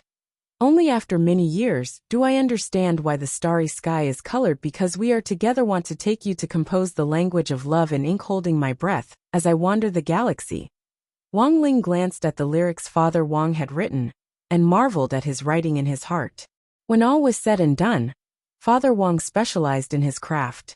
Writing songs required talent, but Wang Ling's heavenly ear could connect to other world lines. Last time, he had helped Tang Yuning, whom he had met in late-night dining hall, write Old Boys. But in many cases, working in the literary and artistic field depended on luck and talent. Tang Yuning had become popular for a while with that song, but he had later grown tired of it. Wang Ling had also heard from late-night dining hall's boss Tan, that after Tang Yuning had become popular, Tang Yuning hadn't gone to late-night dining hall even once. So sometimes people really couldn't forget their roots. When Tang Yuning had been starving, Boss Tan had helped him a lot, not only by feeding him, but also providing him with a venue to perform. But human nature was in the end too hard to fathom. There were many good people in the world, but there were always a few who were ungrateful. Looking at Father Wang's poem, Wang Ling was lost in thought. It would of course be very easy to get a song from another world, but the problem was that Father Wang had written the lyrics himself, so it was an original song. Wang Ling needed to find a suitable melody from another world. It was much more complicated than plagiarizing a song for Tang Yuning back then. As long as you can give me the composition today. Father Wang rubbed his hands together with a pleading expression on his face. I want to find a chance to hum it to your mother later. It's just a simple brainwashing. There's no need to hurry with the arrangement. Just do it before our wedding anniversary. Wang Ling frowned. He actually wanted to help, but he hadn't finished his homework yet. Father Wang knew Wang Ling's character all too well. In this guy's eyes, apart from crispy noodle snacks, homework was his #1 priority. He would definitely help, but it was just a matter of sequence. He hoped that Wang Ling would settle on the composition as soon as possible. The sooner the better. After thinking about it, Father Wang finally decided to pay the price. Wang Ling didn't care about ordinary crispy noodle snacks at all. Now that he had all kinds of annual cards and gold cards, He could taste the latest crispy noodle snack flavor every week. Furthermore, the Crispy Noodle Snack flagship store on Spirit Creek Road would send him a big gift pack during the holidays. Thus, Father Wong had already spent a lot of money on custom-made crispy noodle snacks specially for Wong Ling's taste. Father Wong whispered in Wong Ling's ear about the crispy noodle snack flavor. In the end, Wong Ling's eyes instantly widened, because this was a flavor he couldn't refuse. After confirming the flavor, Father Wong held up 3 fingers. 3 packets. Wong Ling frowned. Although 3 packets was very tempting, it wasn't enough for him to eat to his heart's content. Father Wong took a deep breath. 5 packets? Wong Ling's eyes widened, but he still didn't agree. Father Wong grit his teeth. 8 packets. This was already all he had in stock. Deal. Wong Ling nodded. Father Wong heaved a huge sigh of relief. The price of each custom-made crispy noodle snack was equivalent to 3 days' worth of royalties. It looked like he would have to order more later. If he still had to ask Wong Ling for help in the future, he would have to prepare at least 10 packets in stock. Helping Father Wong compose music actually wasn't that complicated for Wong Ling. The main thing was that it was troublesome, because he had to find the right melody from each world line according to the lyrics, which took more time than doing homework. Father Wong's lyrics were a kind of spit song with a refreshing tone. What was a spit song? It was the kind that didn't burn the brain, and the melody was especially brainwashing.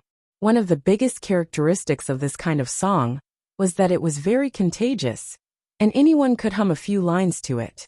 But it wouldn't work in a music competition, because it wouldn't be able to show off one's singing skills at all. However, a lot of the popular songs on the market now were spit songs, such as Buddhist Girl and I Am Willing, both of which were spit songs.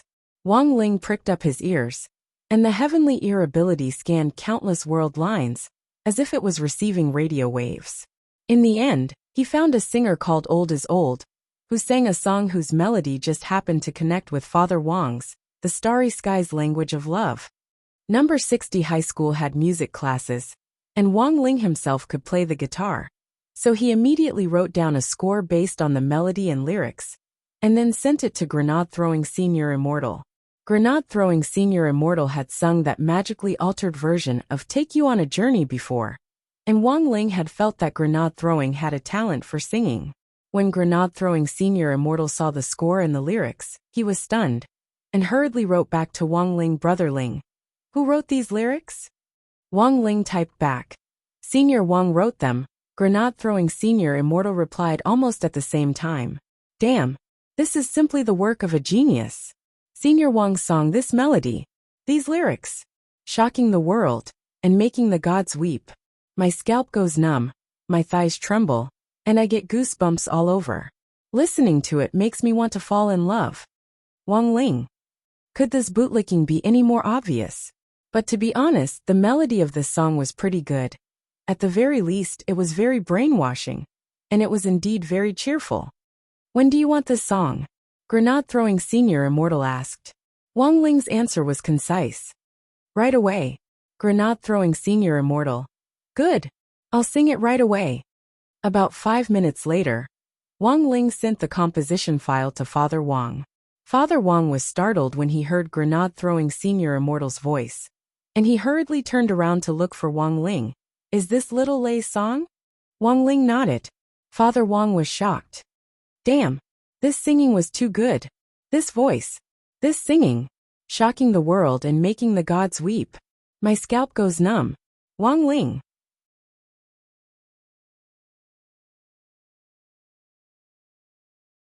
Chapter 578. Grenade-throwing Senior Immortal finished singing, The Language of the Starry Skies Language of Love. He had composed the entire song as he played the piano. His voice was very clear and beautiful, and Little Silver was dazed when he heard it, and couldn't help coming over to watch.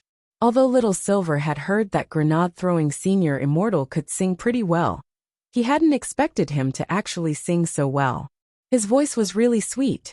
He was clearly thousands of years old, but his voice still sounded like that of an 18-year-old boy experiencing his first awakening of love. There were a lot of spells and elixirs in the cultivation world to beautify one's voice, but the effects of these spells and elixirs were the same as Nanhan Country's plastic surgery, and they were all the same. Currently, the most popular singers in the entertainment industry relied on their unique voices to become popular. Everyone's voice was different, and they had to have their own characteristics to become popular. Grenade throwing, you sing pretty well. Little Silver leaned against the wall and folded his arms as he listened happily. Grenade throwing Senior Immortal closed the lid of the piano and sighed. I actually wanted to debut before, but I gave up.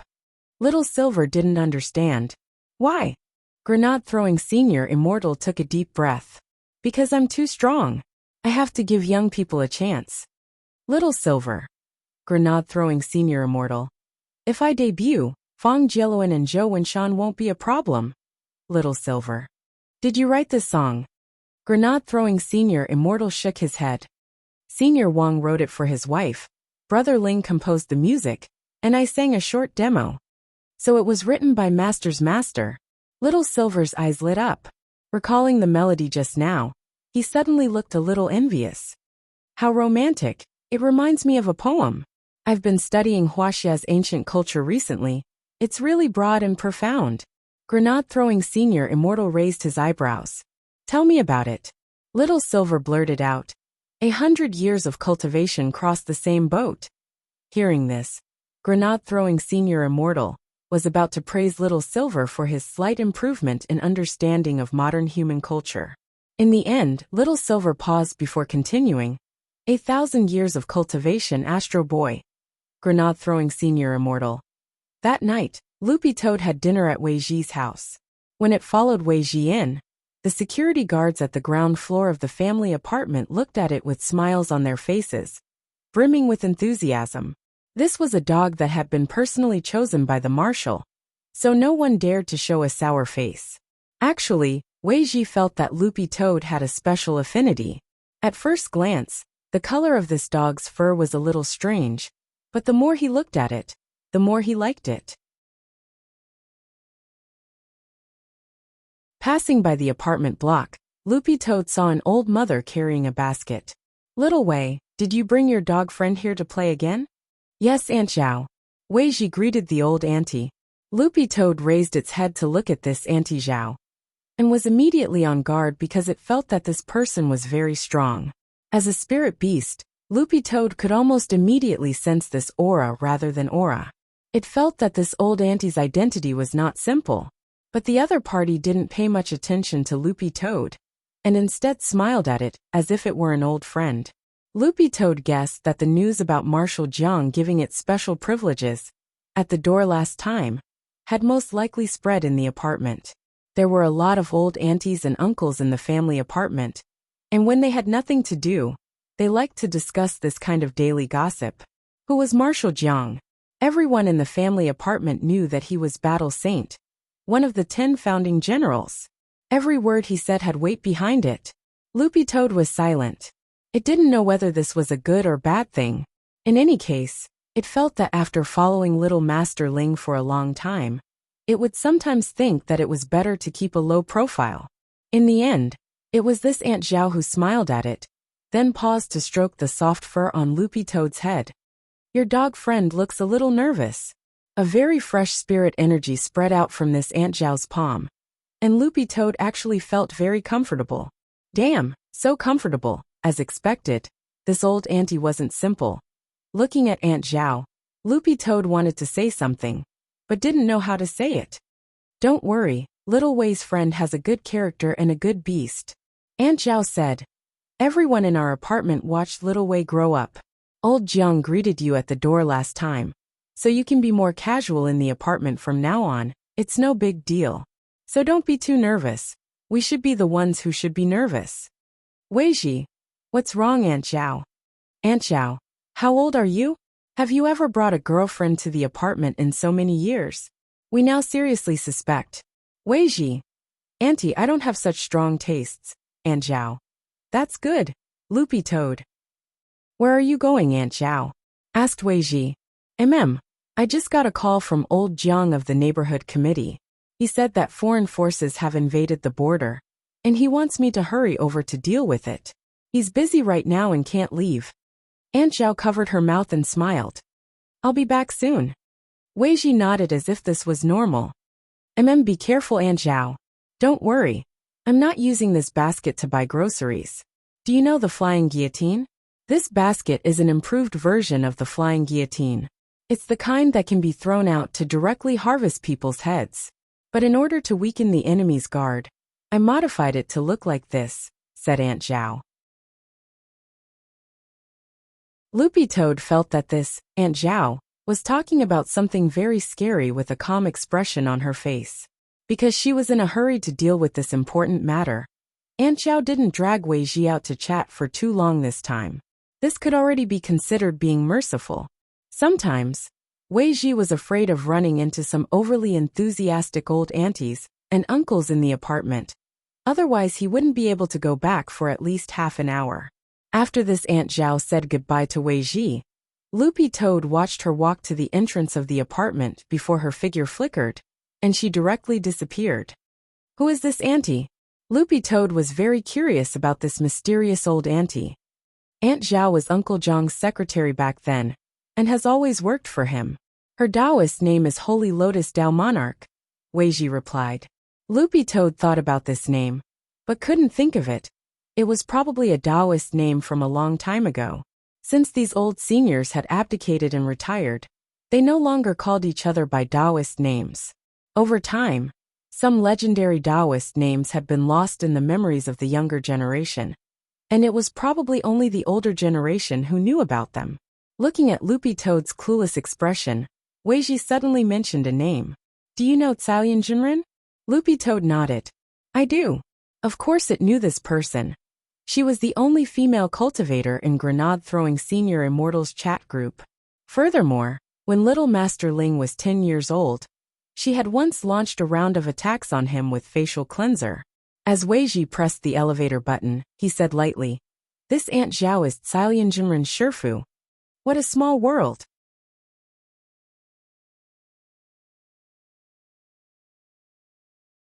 Chapter 579.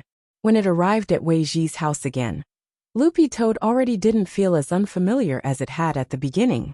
This was because Wei Ji, this invisible nouveau riche, was connected to 4 households, and he had set up all kinds of ecological environments inside, which made the entire house look very complicated.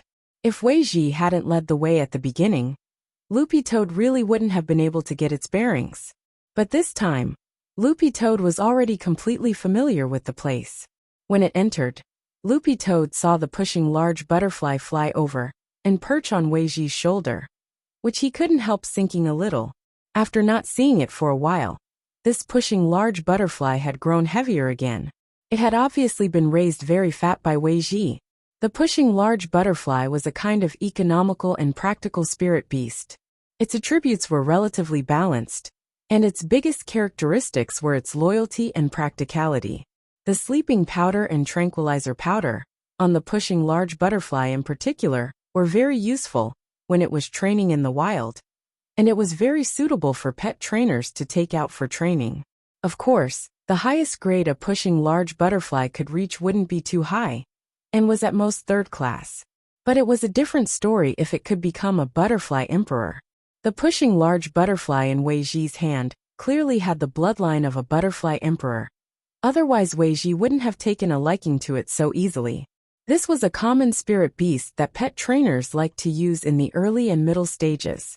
But Wei Ji was an SSR-level pet trainer, and he was raising a spirit beast that could be called a novice level. So Loopy Toad felt that this pushing large butterfly definitely wasn't simple. And sure enough, it was just as Loopy Toad had expected. After the pushing large butterfly rested on his shoulder, Wei Ji looked at the stamen of the tyrant spirit flower that the pushing large butterfly had rested on previously. This tyrant spirit flower had been specially cultivated by Wei Ji indoors. The nectar that the tyrant spirit flower secreted every day was the pushing large butterfly's food. Loopy Toad moved closer to take a look, and found that there was actually some cotton candy-like silk mesh on the flower's petals. This was the pushing large butterfly's nest. As expected, It has the bloodline of a butterfly emperor. Loopy Toad sked. Among pushing large butterflies, only a butterfly emperor could do this kind of thing. Of course, this is a spirit beast that I signed. Weiji looked at the new nest on the flower petal and was rather delighted. Among the adult pushing large butterflies, only the pushing large butterflies with the bloodline of the butterfly sovereign have the ability to build nests. When the nest is 90% built, it will attract many young pushing large butterflies to follow it. If they can attract the pushing large butterfly that also has the butterfly sovereign's bloodline, to complete the last 10% of the nest, the two pushing large butterflies will mate.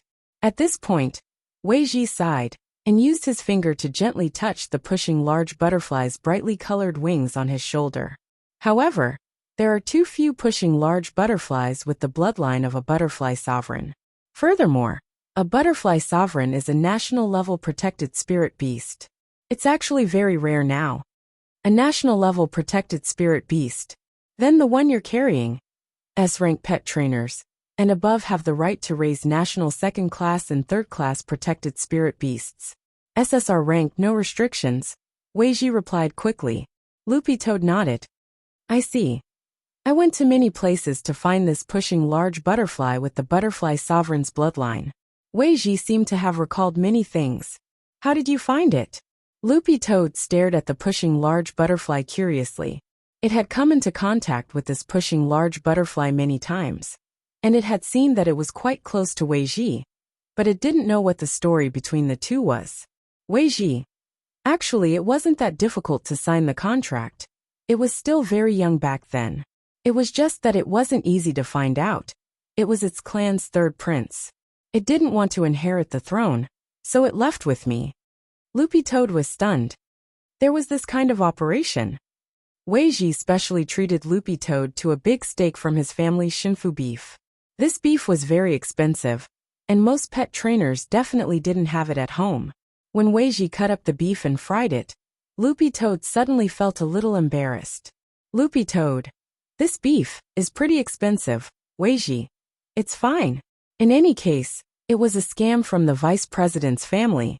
Just yesterday, he lost a bet with me again. He lost his family's luxurious Fenrir dinner to me. It just so happens that I can't eat it by myself, so I'll fry it and eat it together. It'll also give you some nutrition. Loopy Toad. Weiji. Actually, apart from the Bone King, there have probably been dozens of other times. The vice president especially likes to gamble with me, but he always loses something to me. Loopy Toad suddenly felt that this vice president of the Pet Trainers Guild, crying old immortal, was a little miserable.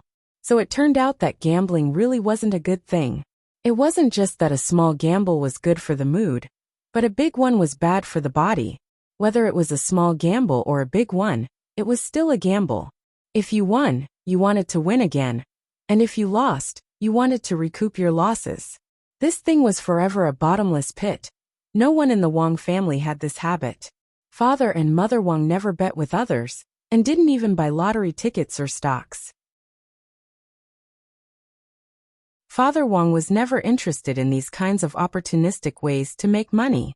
Loopy Toad also remembered that Father Wang had specially set 3 rules with Little Master Ling. Since a young age, Father Wang had told Little Master Ling that he wasn't allowed to use his ability to earn ill-gotten gains in any form. Making money down to earth was a skill. As he fried the steak, Weiji couldn't help laughing. I reckon that the vice president's Fenrir will howl again tonight. Both of them are of royal blood, but our family's big clawing butterfly saves me time and money. Loopy Toad was blank when it heard this. In fact, in theory, it was also a spirit beast with royal blood. It should be said that it had a royal soul. In the past, whenever Loopy Toad thought of its former identity as a demon king, it couldn't help feeling disappointed and sad. But now it felt more at ease. Because tomorrow, it would go and put an end to everything with its own claws, although it might not be able to be its former king in the future. Loopy Toad actually enjoyed its current life. Wang Ling looked like a lonely person, but Loopy Toad realized that when it was with him, it didn't feel lonely at all. Furthermore, it had met a lot of friends through Wang Ling. Weiji looked at Loopy Toad and wondered what this brother dog was thinking about. Although he had never met Wang Ling before, he had always been very curious about him. What kind of person was he to be able to raise such a magical dog? That Fenrir is also of royal blood? Isn't that a natural inheritance? When it came to the topic of royal blood, Loopy Toad actually had a lot of questions in its heart. It was very curious about the similarities and differences in bloodline inheritance between Eastern spirit beasts, demon beasts, and Western magic beasts. Most bloodlines are naturally inherited. The Fenrir in the vice president's house is a purebred. Of course, there are exceptions. Wei Ji said, for example, the legendary demon saint of the demon world. Demon saint is probably the supreme leader of the demon world, and is one level higher than demon gods. But no one knows how demon saint is inherited. Do you know the holy pillar of the demon world?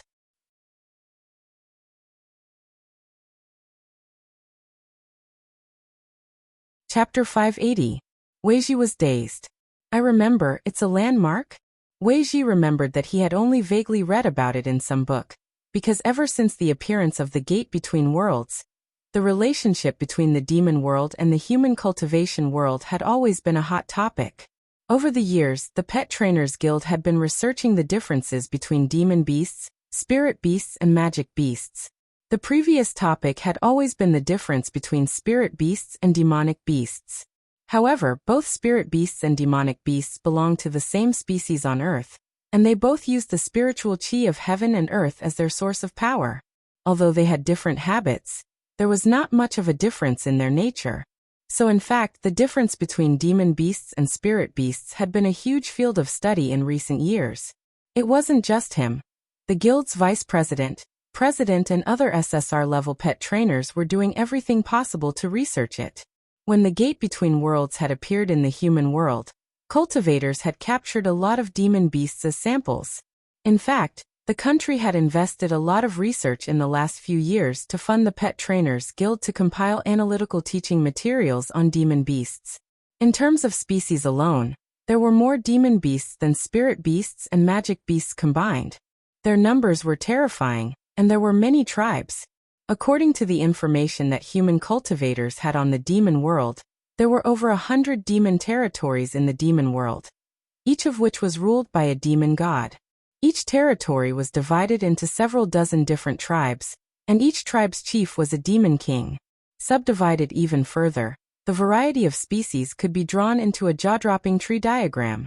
But even with such a variety of species, the Pet Trainers Guild had still discovered a very important landmark over the years, and that was the holy pillar of the demon world. This was combined with the information obtained from the maps drawn by all the desperate map merchants who had explored the demon realm. Every map merchant went to a different place, but there were always similarities. When all the similarities were combined, they discovered the existence of the holy pillar of the demon world. Brother Dog knows about this holy pillar? Wei Ji was amazed. He felt that Dog 2's knowledge was broader than he had imagined. And the key point was that the holy pillar hadn't actually been announced to the public yet. Currently, there wasn't a single popular science book about the gate between worlds in the Library of Heavenly Path, outside that had any information about the holy pillar. Yes, that's what I heard. Loopy Toad pretended to be calm as it nodded. Of course it knew about the holy pillar, since it was a demon beast from that corner to begin with. Actually, all demon kings and above actually knew about the holy pillar's origin. Brother Dog is really knowledgeable. Wei Ji had known from the start that Loopy Toad's background wasn't simple. Furthermore, it was already against common sense for it to be able to speak despite its low grade, so he didn't take it to heart that Loopy Toad knew about the existence of the holy pillar. From the very beginning, Wei Ji felt that his brother Dog was a dog that had seen the world, a dog that was fresh and refined, and a dog that was free from vulgar tastes. We only found out about this holy pillar not long ago. Our analysis shows that this is an important landmark in the demon realm, and it has a lot to do with Demon Saint. The closer it is to the demon domain near the sacred pillar, the stronger it is, Wei Ji said. More or less. Loopy Toad nodded. Actually, this research was basically on point, because the holy pillar was originally the center of the demon realm, and was surrounded by hundreds of territories. As for why the demon domains closer to the holy pillar were stronger, the reason was actually very simple. Those demon domains were more or less affected by Demon Saint's aura, and became stronger under the radiation of Demon Saint's demon energy. This was already no longer a secret in the demon realm. How far have you come in your research? Loopy Toad couldn't help asking. We're currently studying the relationship between the Holy Pillar and Demon Saint, Weiji replied. Our initial suspicion is that the Holy Pillar and Demon Saint's inheritance have a lot to do with each other. Although the succession of the Demon Saint seems to be hereditary, and it has already been announced that the current Demon Saint's title is a merman called the second-generation merman. But we generally still believe that there are other ways of succession for the Demon Saint. Other ways of inheritance? Loopy Toad was blank. Even Loopy Toad, a native of the demon world, didn't know what Weiji was talking about. In the demon world, the existence of Demon Saint had always been a mystery. There were hundreds of demon gods in the demon world, but only a few at the very top had actually seen Demon Saint. Even if they had, none of the demon gods could accurately describe what Demon Saint looked like. Many demon beasts knew that Demon Saint had always existed, including Loopy Toad, but they had never known how Demon Saint was inherited. Below demon gods, including demon kings, they had only heard of Demon Saint, and they only knew that demon gods were personally appointed by Demon Saint from among the many demon kings. However, no one knew the specific criteria for being conferred the title of demon god.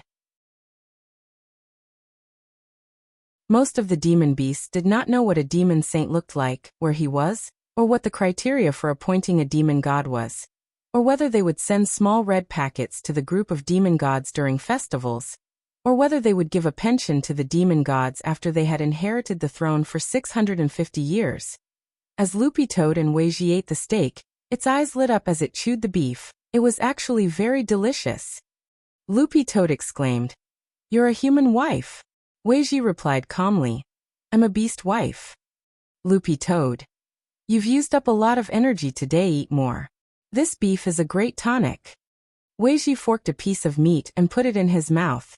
"By the way, I haven't asked Brother Dog, where did you get this fist technique from?" "A friend gave it to me, he doesn't need it," said Loopy Toad. This fist technique is pretty powerful. If you cultivate it to the highest level, it'll definitely be very promising. But when I saw you use it today, I felt that something was missing and it looked a little stiff. Your friend probably didn't give you the full set, right?" said Weiji. Loopy Toad replied, "It's the full set, but my friend might have improved it." "I see." Weiji put down his fork and his expression suddenly became very serious. Actually, there are times when an improved technique might not be suitable for everyone. It's best to cultivate according to the original version of the technique.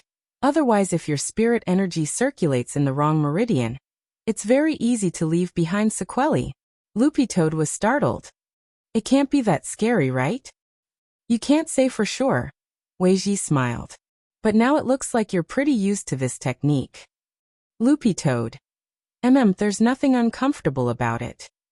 Weiji, "But we can't rule out the possibility that the sequelae haven't appeared yet."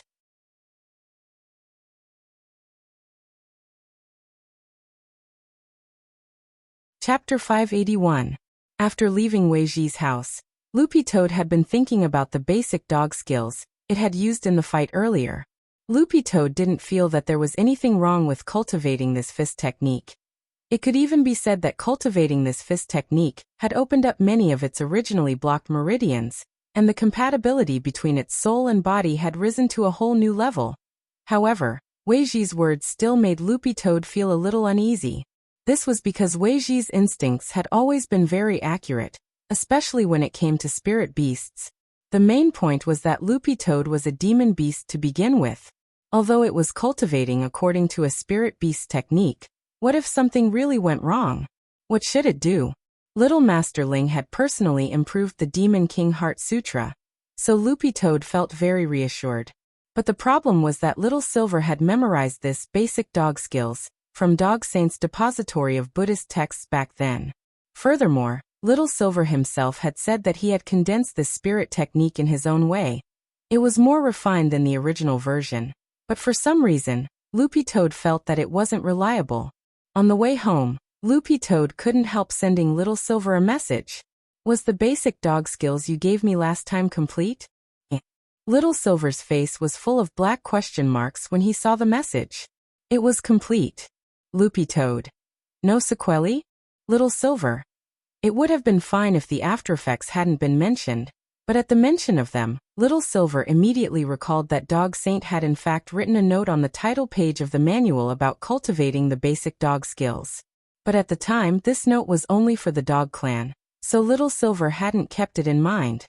He only remembered that if you didn't follow the note when cultivating the technique, it could lead to some after effects. Seeing Little Silver's ellipsis reply, Loopy Toad was so shocked that its fur stood on end. There really is. Little Silver patted his face and replied a little aggrievedly. There really is. It's a note for the Hound clan. Because it's only for the Hound clan, I didn't really remember it. I only remembered it after I passed the cultivation method to you, but because it's been too long, I wanted to wait until I remembered it before telling you. Loopy Toad was stunned. F***K, you tricked me. You demon Silver. Little Silver. Do you feel unwell now? Loopy Toad. No, Little Silver. Then what are you panicking about? Maybe there aren't any sequelae at all, or maybe they aren't obvious, and it's not that serious. Loopy Toad was blank. What are the common sequelae? Whether it was humans, beasts, or any other living beings, they all had a natural fear of the unknown. Why was it popular to bring wolfberries out these days? Wasn't it to nip trouble in the bud? Little Silver pretended to think back, but didn't reply for several minutes. How would he know? Actually, it was mainly because he really didn't remember it carefully at that time. Otherwise, it would have been impossible for him to not remember it. For some reason, Little Silver had a bad feeling in his heart, and felt that he had indeed conned this Dog Boppy. Although Dog Boppy was usually very naughty, Little Silver still had an excellent overall impression of Loopy Toad. Full score of 5 stars, if not 5 stars, at least 4 stars. This was a very loyal dog. But given the current situation, Little Silver really didn't know how to comfort Dog 2. After a long time, Little Silver replied. The usual sequelae are nothing more than physical fatigue, backache, night sweats and kidney deficiency. Loopy Toad. Kidney deficiency? Little Silver. At worst, I'll just take some 6-flavored Dihuang pills. Loopy Toad. Little Silver. Don't worry, it shouldn't be too serious. Don't we still have Master? With Master here, why are you panicking? If your kidneys really are weak, you can get Master to stroke them for you. Loopy Toad. Little Silver. I'm talking about stroking your fur. Don't get the wrong idea, Loopy Toad. Speaking up to this point, Little Silver couldn't help sighing. When can I be stroked by Master? I heard that Master stroked you many times, and his technique is very comfortable. I wonder how it compares with grenade throwing. Loopy Toad. You pervert. When it reached the front of the house, Loopy Toad did its best to put the sequelae to the back of its mind. It didn't want little Master Ling to become suspicious if it looked uneasy, because it was about to do something big. Furthermore, Loopy Toad wanted to wrap things up as soon as possible, and come back as a dog pretending that nothing had happened. The deadline for its prophetic dream was approaching, and it would set off for its clan at noon tonight. When it entered the house, Loopy Toad was actually a little nervous because it had been doing the whole thing behind Wang Ling's back, which made it feel a little guilty. Now Loopy Toad just wanted to hurry up and end everything so that it could return to little Master Ling's side as soon as possible. Taking a deep breath, Loopy Toad pushed open the door. It was 9 o'clock when it got home, and Mother Wang was already upstairs. It was time for her to put on her face mask, and Father Wang was in the study writing his draft under Lai Mingming's watchful eye. Wang Ling, on the other hand, was actually already lying in bed. This was beyond Loopy Toad's expectations. Why was little Master Ling resting so early today? Was he too tired from today's sports meet? Little Master Ling was very different from other people when he took part in the sports meet. Other people were tired because of the exercise, but little Master Ling was tired because he had to control his primordial qi during the exercise.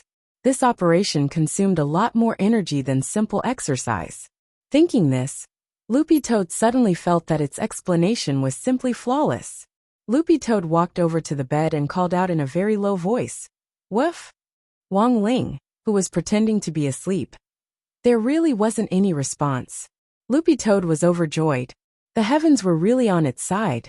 Wang Ling, who was pretending to be asleep. Loopy Toad went to the bathroom and closed the door. Recalling the method Wang Ling had used to locate Immortal Jinyuan's drought star, it started to operate Lord Ma. The toilet lid on Lord Ma opened on its own, and its ancient voice came out just like before, echoing faintly, "I am serving." But before it could finish, Loopy Toad retorted in a very low voice, "You're courting death." "Little Master Ling is sleeping one." Lord Ma obediently shut its mouth. After Loopy Toad silently recited the coordinates, Lord Ma, just like before, gave off a burst of light that enveloped itself. Then, with a whoosh, Loopy Toad directly turned into a beam of light and disappeared on the spot. The moment Loopy Toad disappeared, Wang Ling pushed open the door and entered. "Did you send him away?" Wang Ling stared at Lord Ma and asked telepathically. "Lord Ma." "Yes, Lord Supreme Wang Ling." "Did you add the buff?" Wang Ling asked again. "Lord Ma." "Yes, Lord Supreme Wang Ling." This was the power that Wang Ling had stored in Lord Ma's body. As long as Loopy Toad activated Lord Ma, Wang Ling's golden light shield would directly cover Dog 2. After confirming this, Wang Ling felt a lot more at ease. With the golden light shield, Wang Ling felt that he didn't have to worry too much about Loopy Toad's safety. Besides, this Dog 2 was very astute. It also had Immortal Jinyuan's main immortal seal on it. If something really happened.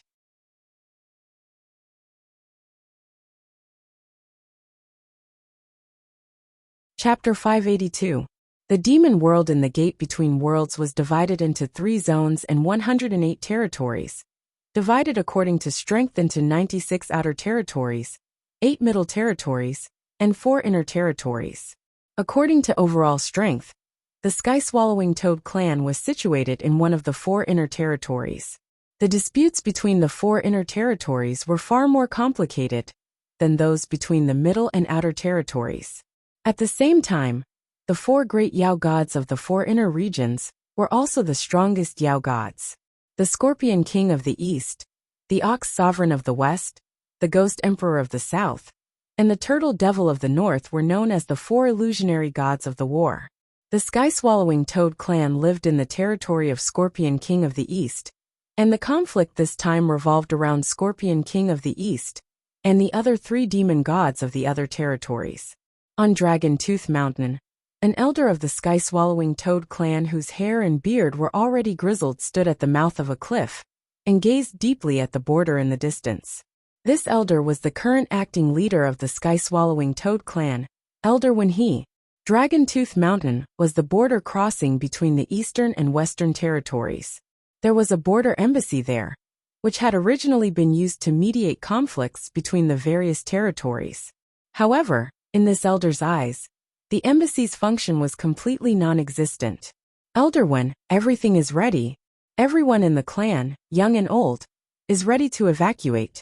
At that moment, a ray of light fell, and a young man with an oily face landed behind Elder Wen. Elder Wen nodded and looked up at the sky. "If I sacrifice myself to ensure the safety of my clan, it will all be worth it." Speaking up to this point, Elder Wen turned to look at the young man behind him. "When after I die, everything in the clan will be handed over to you. You'll have to work harder." "No, I'm going with grandfather." The young man raised his head. The 3 demon gods of the other territories' proposal to negotiate this time might be a turning point, grandfather. A turning point? It can't be a turning point. This is just the 3 demon gods' excuse. I can't watch my grandson throw away his life. Elder Wen sighed. "In the end, you're still too young to understand the situation. No matter how we prove our innocence, it's no use when the other 3 territories forcefully accuse us like this. Just who did our clan offend?" Wenhe clenched her fists tightly, looking very angry.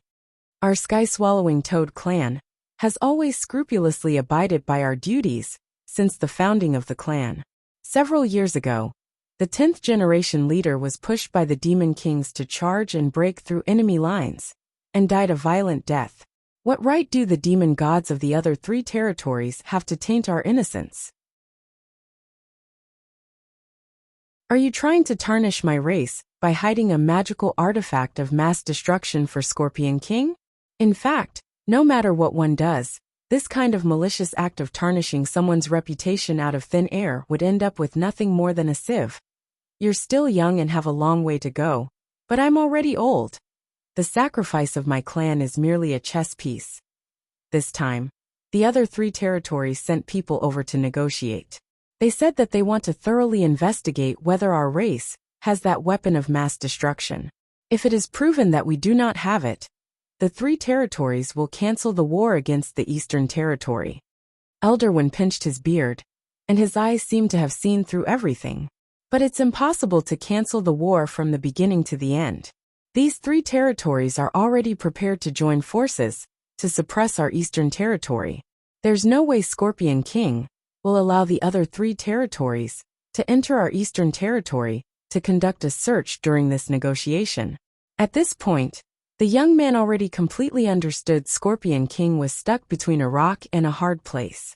The existence of a magic artifact of mass destruction in the Eastern Territory was a nonsensical rumor to begin with, but the demon gods of the other 3 territories were still unrelenting in their determination to conduct a search, and had repeatedly joined forces to denounce and criticize it.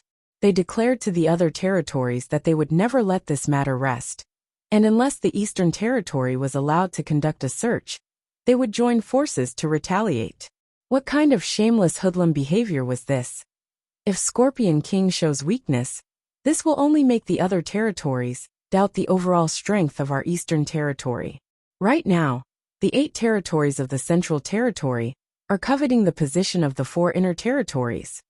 Once Scorpion King shows weakness, it will only temporarily stop the wound.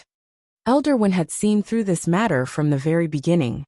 At that time, the 8 regions of the Central Region will definitely use this matter to make a big fuss.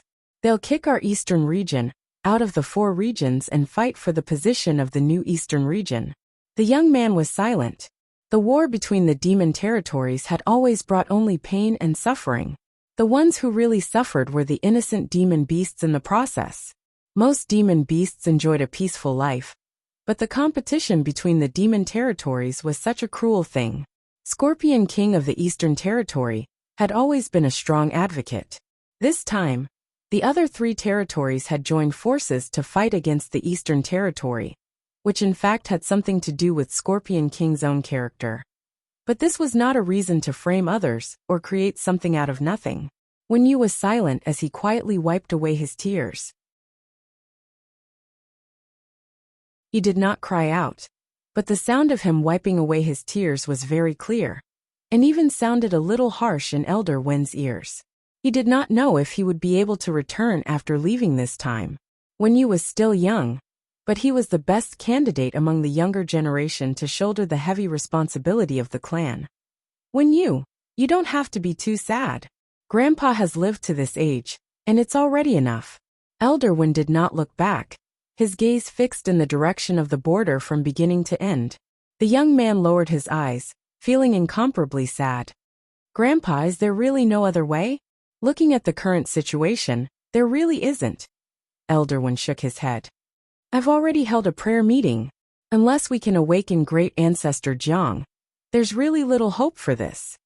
Not too long ago, a shining demon god had appeared in the sky-swallowing toad clan, and that was great ancestor Jiang, whose Taoist name was Venerable Demon Jiang Lu. But speaking up to this point, Elderwin suddenly said, in fact, things may not be as bad as we think. Not long ago, I also had a prophetic dream. In the dream, under the illumination of a green light, our clan moved towards prosperity and prosperity. But so far, I still don't know what that green light represents. However, these comforting words didn't improve Wen Yu's mood. The Toad clan's prophetic dream, although it was a dream that could come true, there was also an element of probability to the occurrence of a dream. Moreover, Wen Yu had never heard his grandfather mention anything about the prophetic dream before, so he treated it as comforting words. But in fact, Elder Wen had indeed dreamed of it.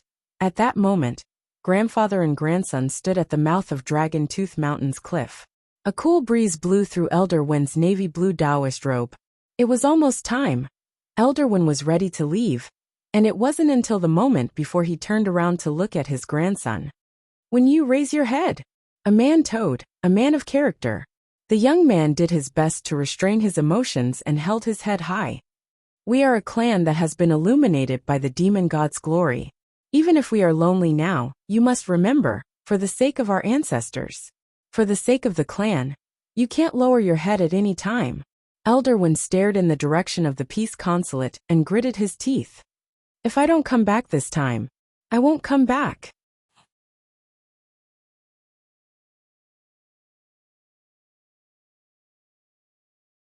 Chapter 583.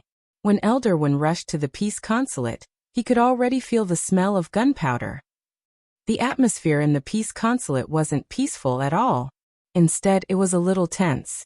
Although he had long expected that this kind of negotiation would have no results, Elder Wen still sighed in his heart and slowly walked in. In the peace consulate, the envoys from the southern, western, and northern territories had been waiting for a long time. The 3 envoys sent this time were direct ambassadors of the demon gods of the south, north, and west. Taoist Horseface under Venerable Ox of the west, Taoist Witch Demon under Ghost Emperor of the south, and Taoist Bronze Turtle under Turtle Devil of the north.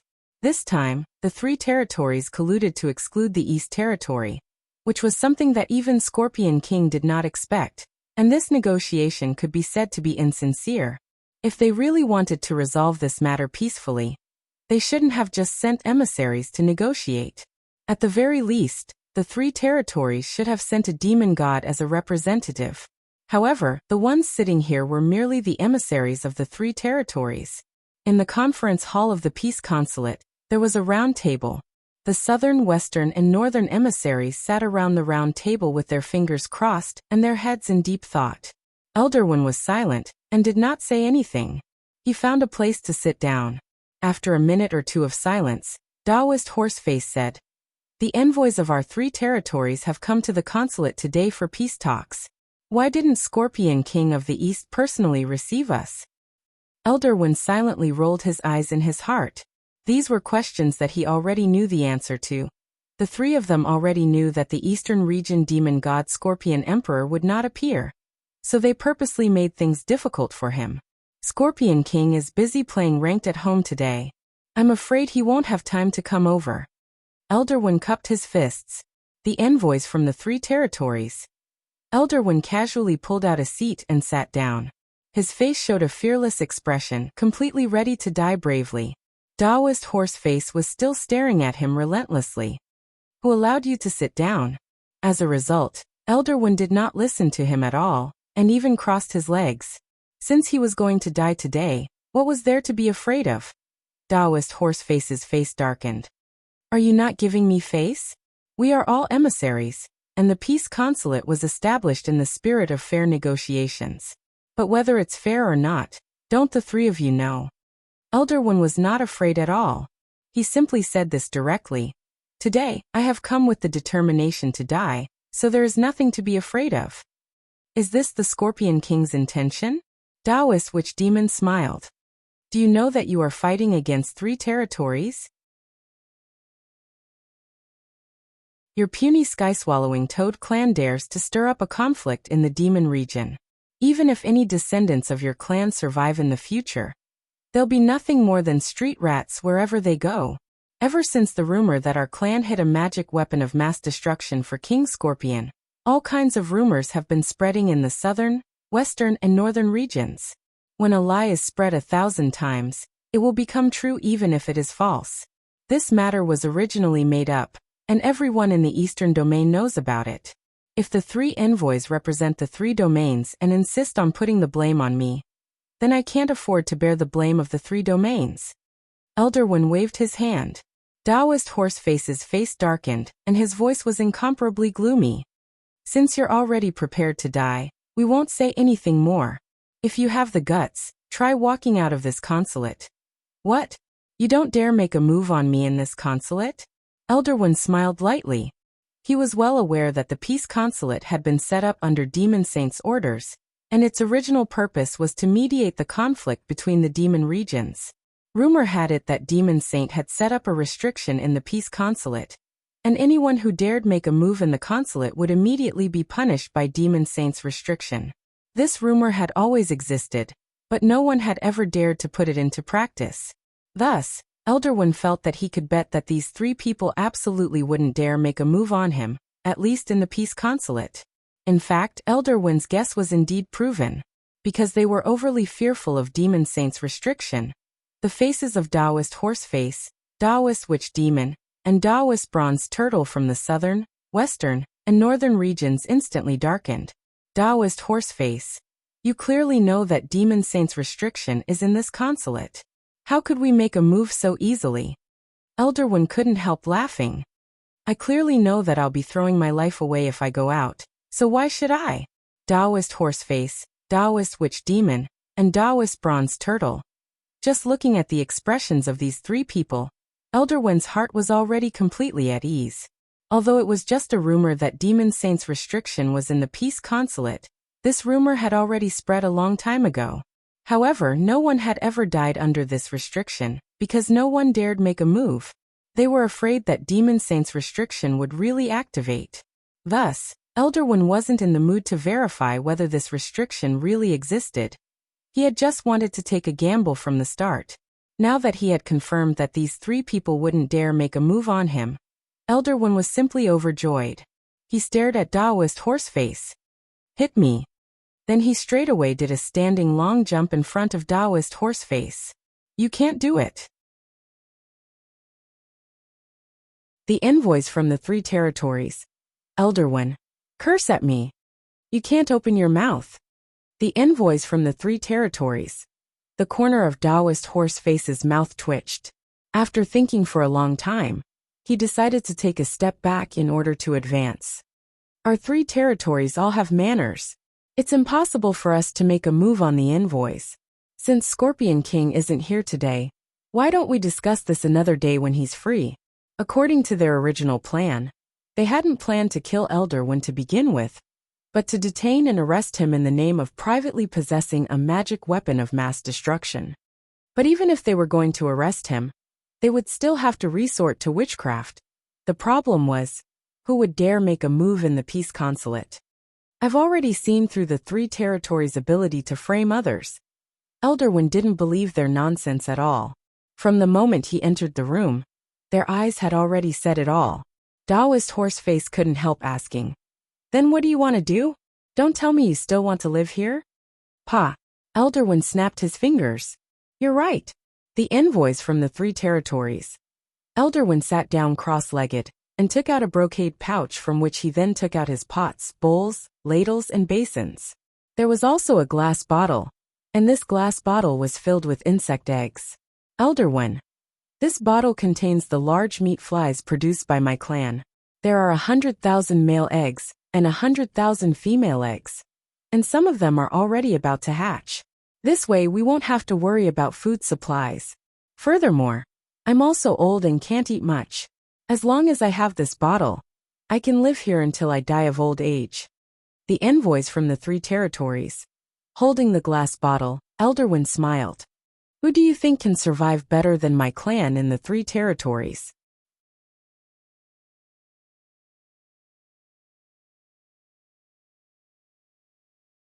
Chapter 584.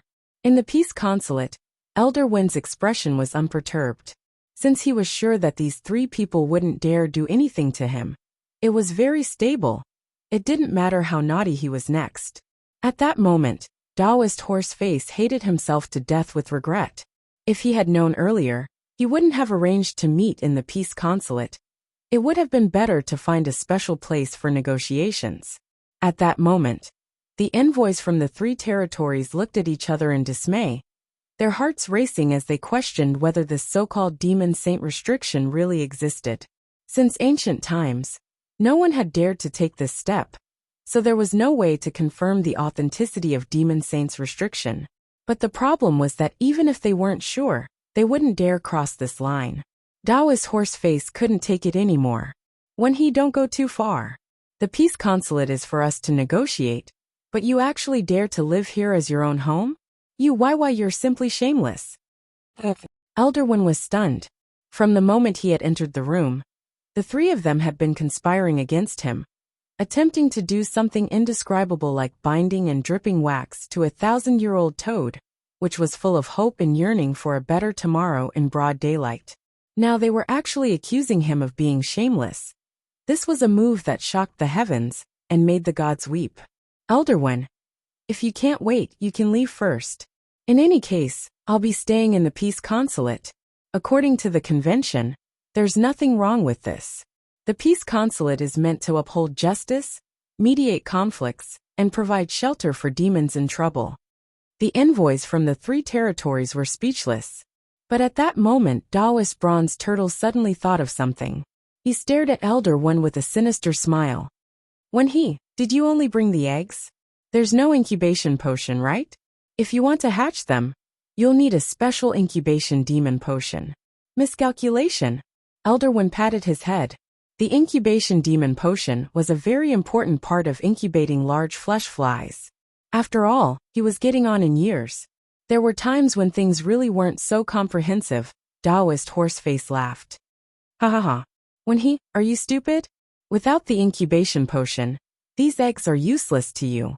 We can just wait here with you. If there were these insect eggs, Elder Win's endurance could increase infinitely. The big meat flies hatch very quickly and only need the supply of demonic energy to grow. For the Toad clan, this was an important source of food. Not only could it replenish their own demonic energy, but it also had very rich nutrition. Elder Win brought so many insect eggs with him. If he could use his demonic aura here to help the big meat flies hatch and grow as a source of endurance, then in theory, it would be like a perpetual motion machine. It could cycle endlessly. Taoist Witch Demon couldn't help but laugh. Elder One, you're really muddle-headed. You actually didn't bring something as important as the incubation demon water. Why don't you go back to the clan to get it? This was unvarnished ridicule. However, Elder One's expression was calmer than the three had imagined. He knew all too well what it meant once he got out. These 3 people couldn't wait for him to walk out of the embassy and attack him. It's nothing. I really didn't bring any incubating demon water. But since the 3 envoys are willing to keep me company, then so be it. Elder One waved his hand lightly, and then took out his phone the next second. I'll order takeout and have it delivered.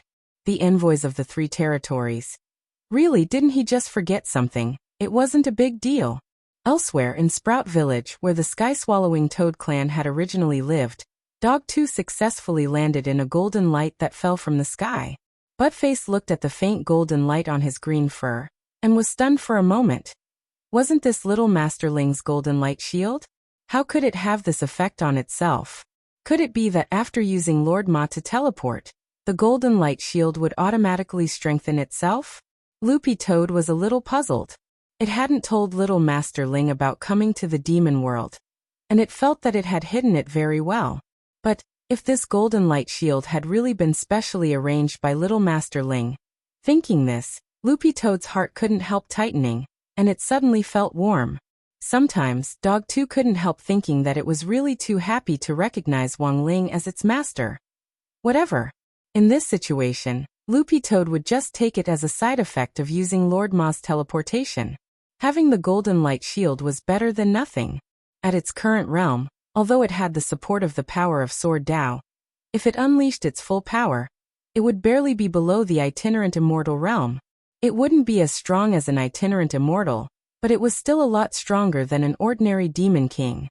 Even so, the demon world was still dangerous, and Dog 2 felt very at ease with this golden light shield. Loopy Toad looked up in the direction of the sky-swallowing Toad clan Sprout Village, but at that moment, there wasn't a single toad in the entire village, not even half a shadow. Where did they all go? Loopy Toad was even more perplexed. But at that moment, Loopy Toad's spiritual senses shook as it suddenly sensed an aura approaching the back of its head. Loopy Toad easily tilted its head to avoid it, and saw a young man with an oily face standing behind it. This was Wen Yu. Loopy Toad was able to determine the young man's identity based on his aura alone.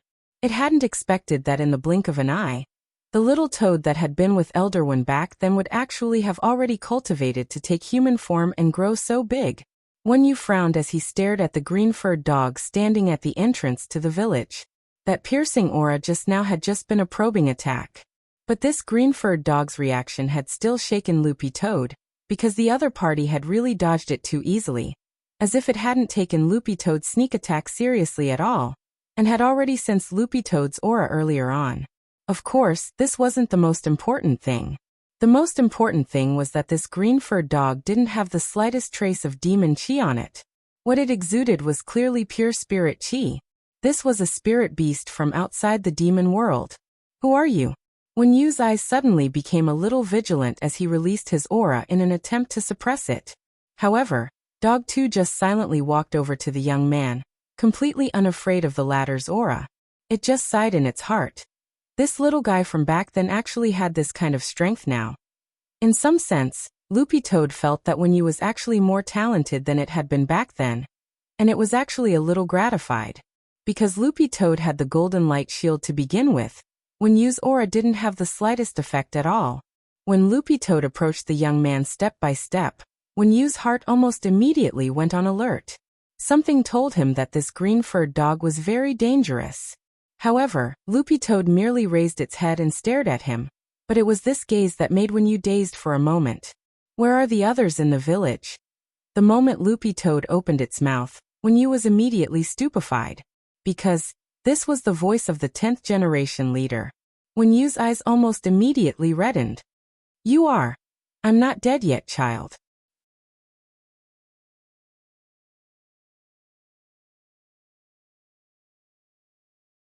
Chapter 585. Wenyu stared at the scene in front of him in disbelief. He couldn't believe it at all. The voice of the 10th generation emperor was actually reverberating in his ears. It was so real that it lingered in his ears and kept on echoing. Wenyu had never expected back then. The 10th generation leader, who had been tricked by the demon kings, and pushed out of the gate between worlds to charge and break through the enemy lines, and who had then died, would actually reappear in front of him like this. 10th generation? Is that really you? The young man felt that his legs could no longer support him, and had already turned to jelly. Although the 10th generation leader's appearance and aura had completely changed, this voice, yes, it was the 10th generation leader without a doubt. In Wenyu's childhood impression, the 10th generation leader's voice had always been dignified and peaceful, giving people a very peaceful feeling. Yes, my child, I'm back. I didn't die. Instead, I lived on in this way. When Loopy Toad was completely in front of the young man, he could no longer support himself as he knelt on the ground and started to cry bitterly. Although Loopy Toad didn't know what on earth had happened in the sky-swallowing Toad clan's Sprout Village, from the perspective of its prophetic dream, Loopy Toad had already guessed that something big had definitely happened in the village. As the backbone of the younger generation, Wenyu was clearly struggling to hold on. Thus, the moment he saw Loopy Toad, Wenyu already couldn't suppress his emotions and started sobbing. Loopy Toad put its paw on the young man's shoulder. It's been hard on you when I wasn't around. It had actually been a very long time since Dog 2 had spoken in this kind of leadership tone, ever since it had started following Little Master Ling. For one thing, it wasn't used to it, and for another, life in the human cultivation city had made Dog 2 forget the days when it had been a king. But now that it had returned, in order to completely sever all this, and also to fulfill its final responsibility as a king, Dog 2 had already thought it through and decided to play the role of king. Of course, this would also be the last time. Loopy Toad quietly waited for the young man to rein in his emotions. After a few minutes or so, when it saw that Wenyu had gradually calmed down, Loopy Toad opened its mouth slowly. After I disappeared, did a new king take office? No. Wenyu wiped away his tears. Grandfather, he actually always believed that the 10th generation leader wasn't dead, and everyone has been waiting for him to come back. So it was like that. Loopy Toad lowered its head in contemplation. This was exactly what it had seen and deduced in its prophecy dream. Loopy Toad stretched out a paw and pressed it to Wenyu's forehead. Don't move, relax. I want to know what on earth happened in the village. This was a simple memory extraction spell that required the cooperation of the person whose memory was being perceived. Loopy Toad knew that something big had happened in the village, but Wenyu wouldn't be able to explain it in just a few words. Instead of that, it would be more convenient for Loopy Toad to directly search through the memories. After Loopy Toad's memories of it of two, it was turned of dog you of one of everything of what had of it of had was that. Of was always, dog it's of one of the of his of. It was fortunate that it hadn't fully inherited the power of the sword Tao. If it could fully absorb the power of the sword Tao, even if it hadn't reached the level of a first-grade spirit beast, Buttface felt that it would be able to fight a demon god. Now that Elder One was in danger, and was probably being held captive in the Peace Consulate, Loopy Toad felt that it had to rush over immediately. I'm going to save Elder One now. He is the hero who founded our clan. I will definitely protect him. 10th generation leader. What are you going to do? Hee. Whoever dares come over, I'll just hang them up and beat them up. Loopy Toad laughed, sounding very confident and ruthless. They were just 3 insignificant envoys. Dog 2 didn't care about them at all. Before this matter is resolved, please protect the rest of the clan, Loopy Toad said as it looked at the young man. Don't worry, 10th generation leader. The young man nodded. And please keep my return a secret. Don't mention it to anyone, including your grandfather. Do you understand? Loopy Toad said. When you didn't understand. Why? I'm no longer a demon king. Loopy Toad turned around and looked at its village. It then stared at Wenyu and said, my current Taoist name is Immortal too. Wenyu. Elsewhere in the Peace Consulate, the little demon from Demon Takeout very quickly delivered the incubation demon water, according to Elder Wen's online order.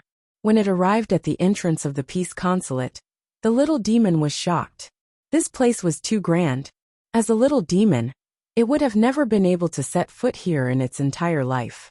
At the entrance of the consulate, the little demon asked weakly, is this Mr. Wen's delivery?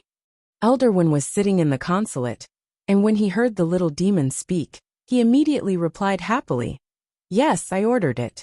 Come in directly. The little demon's heart trembled as it carried the incubation demon water that Elder Wen had ordered. Holy shit! It actually had a chance to go in? This was the Peace Consulate.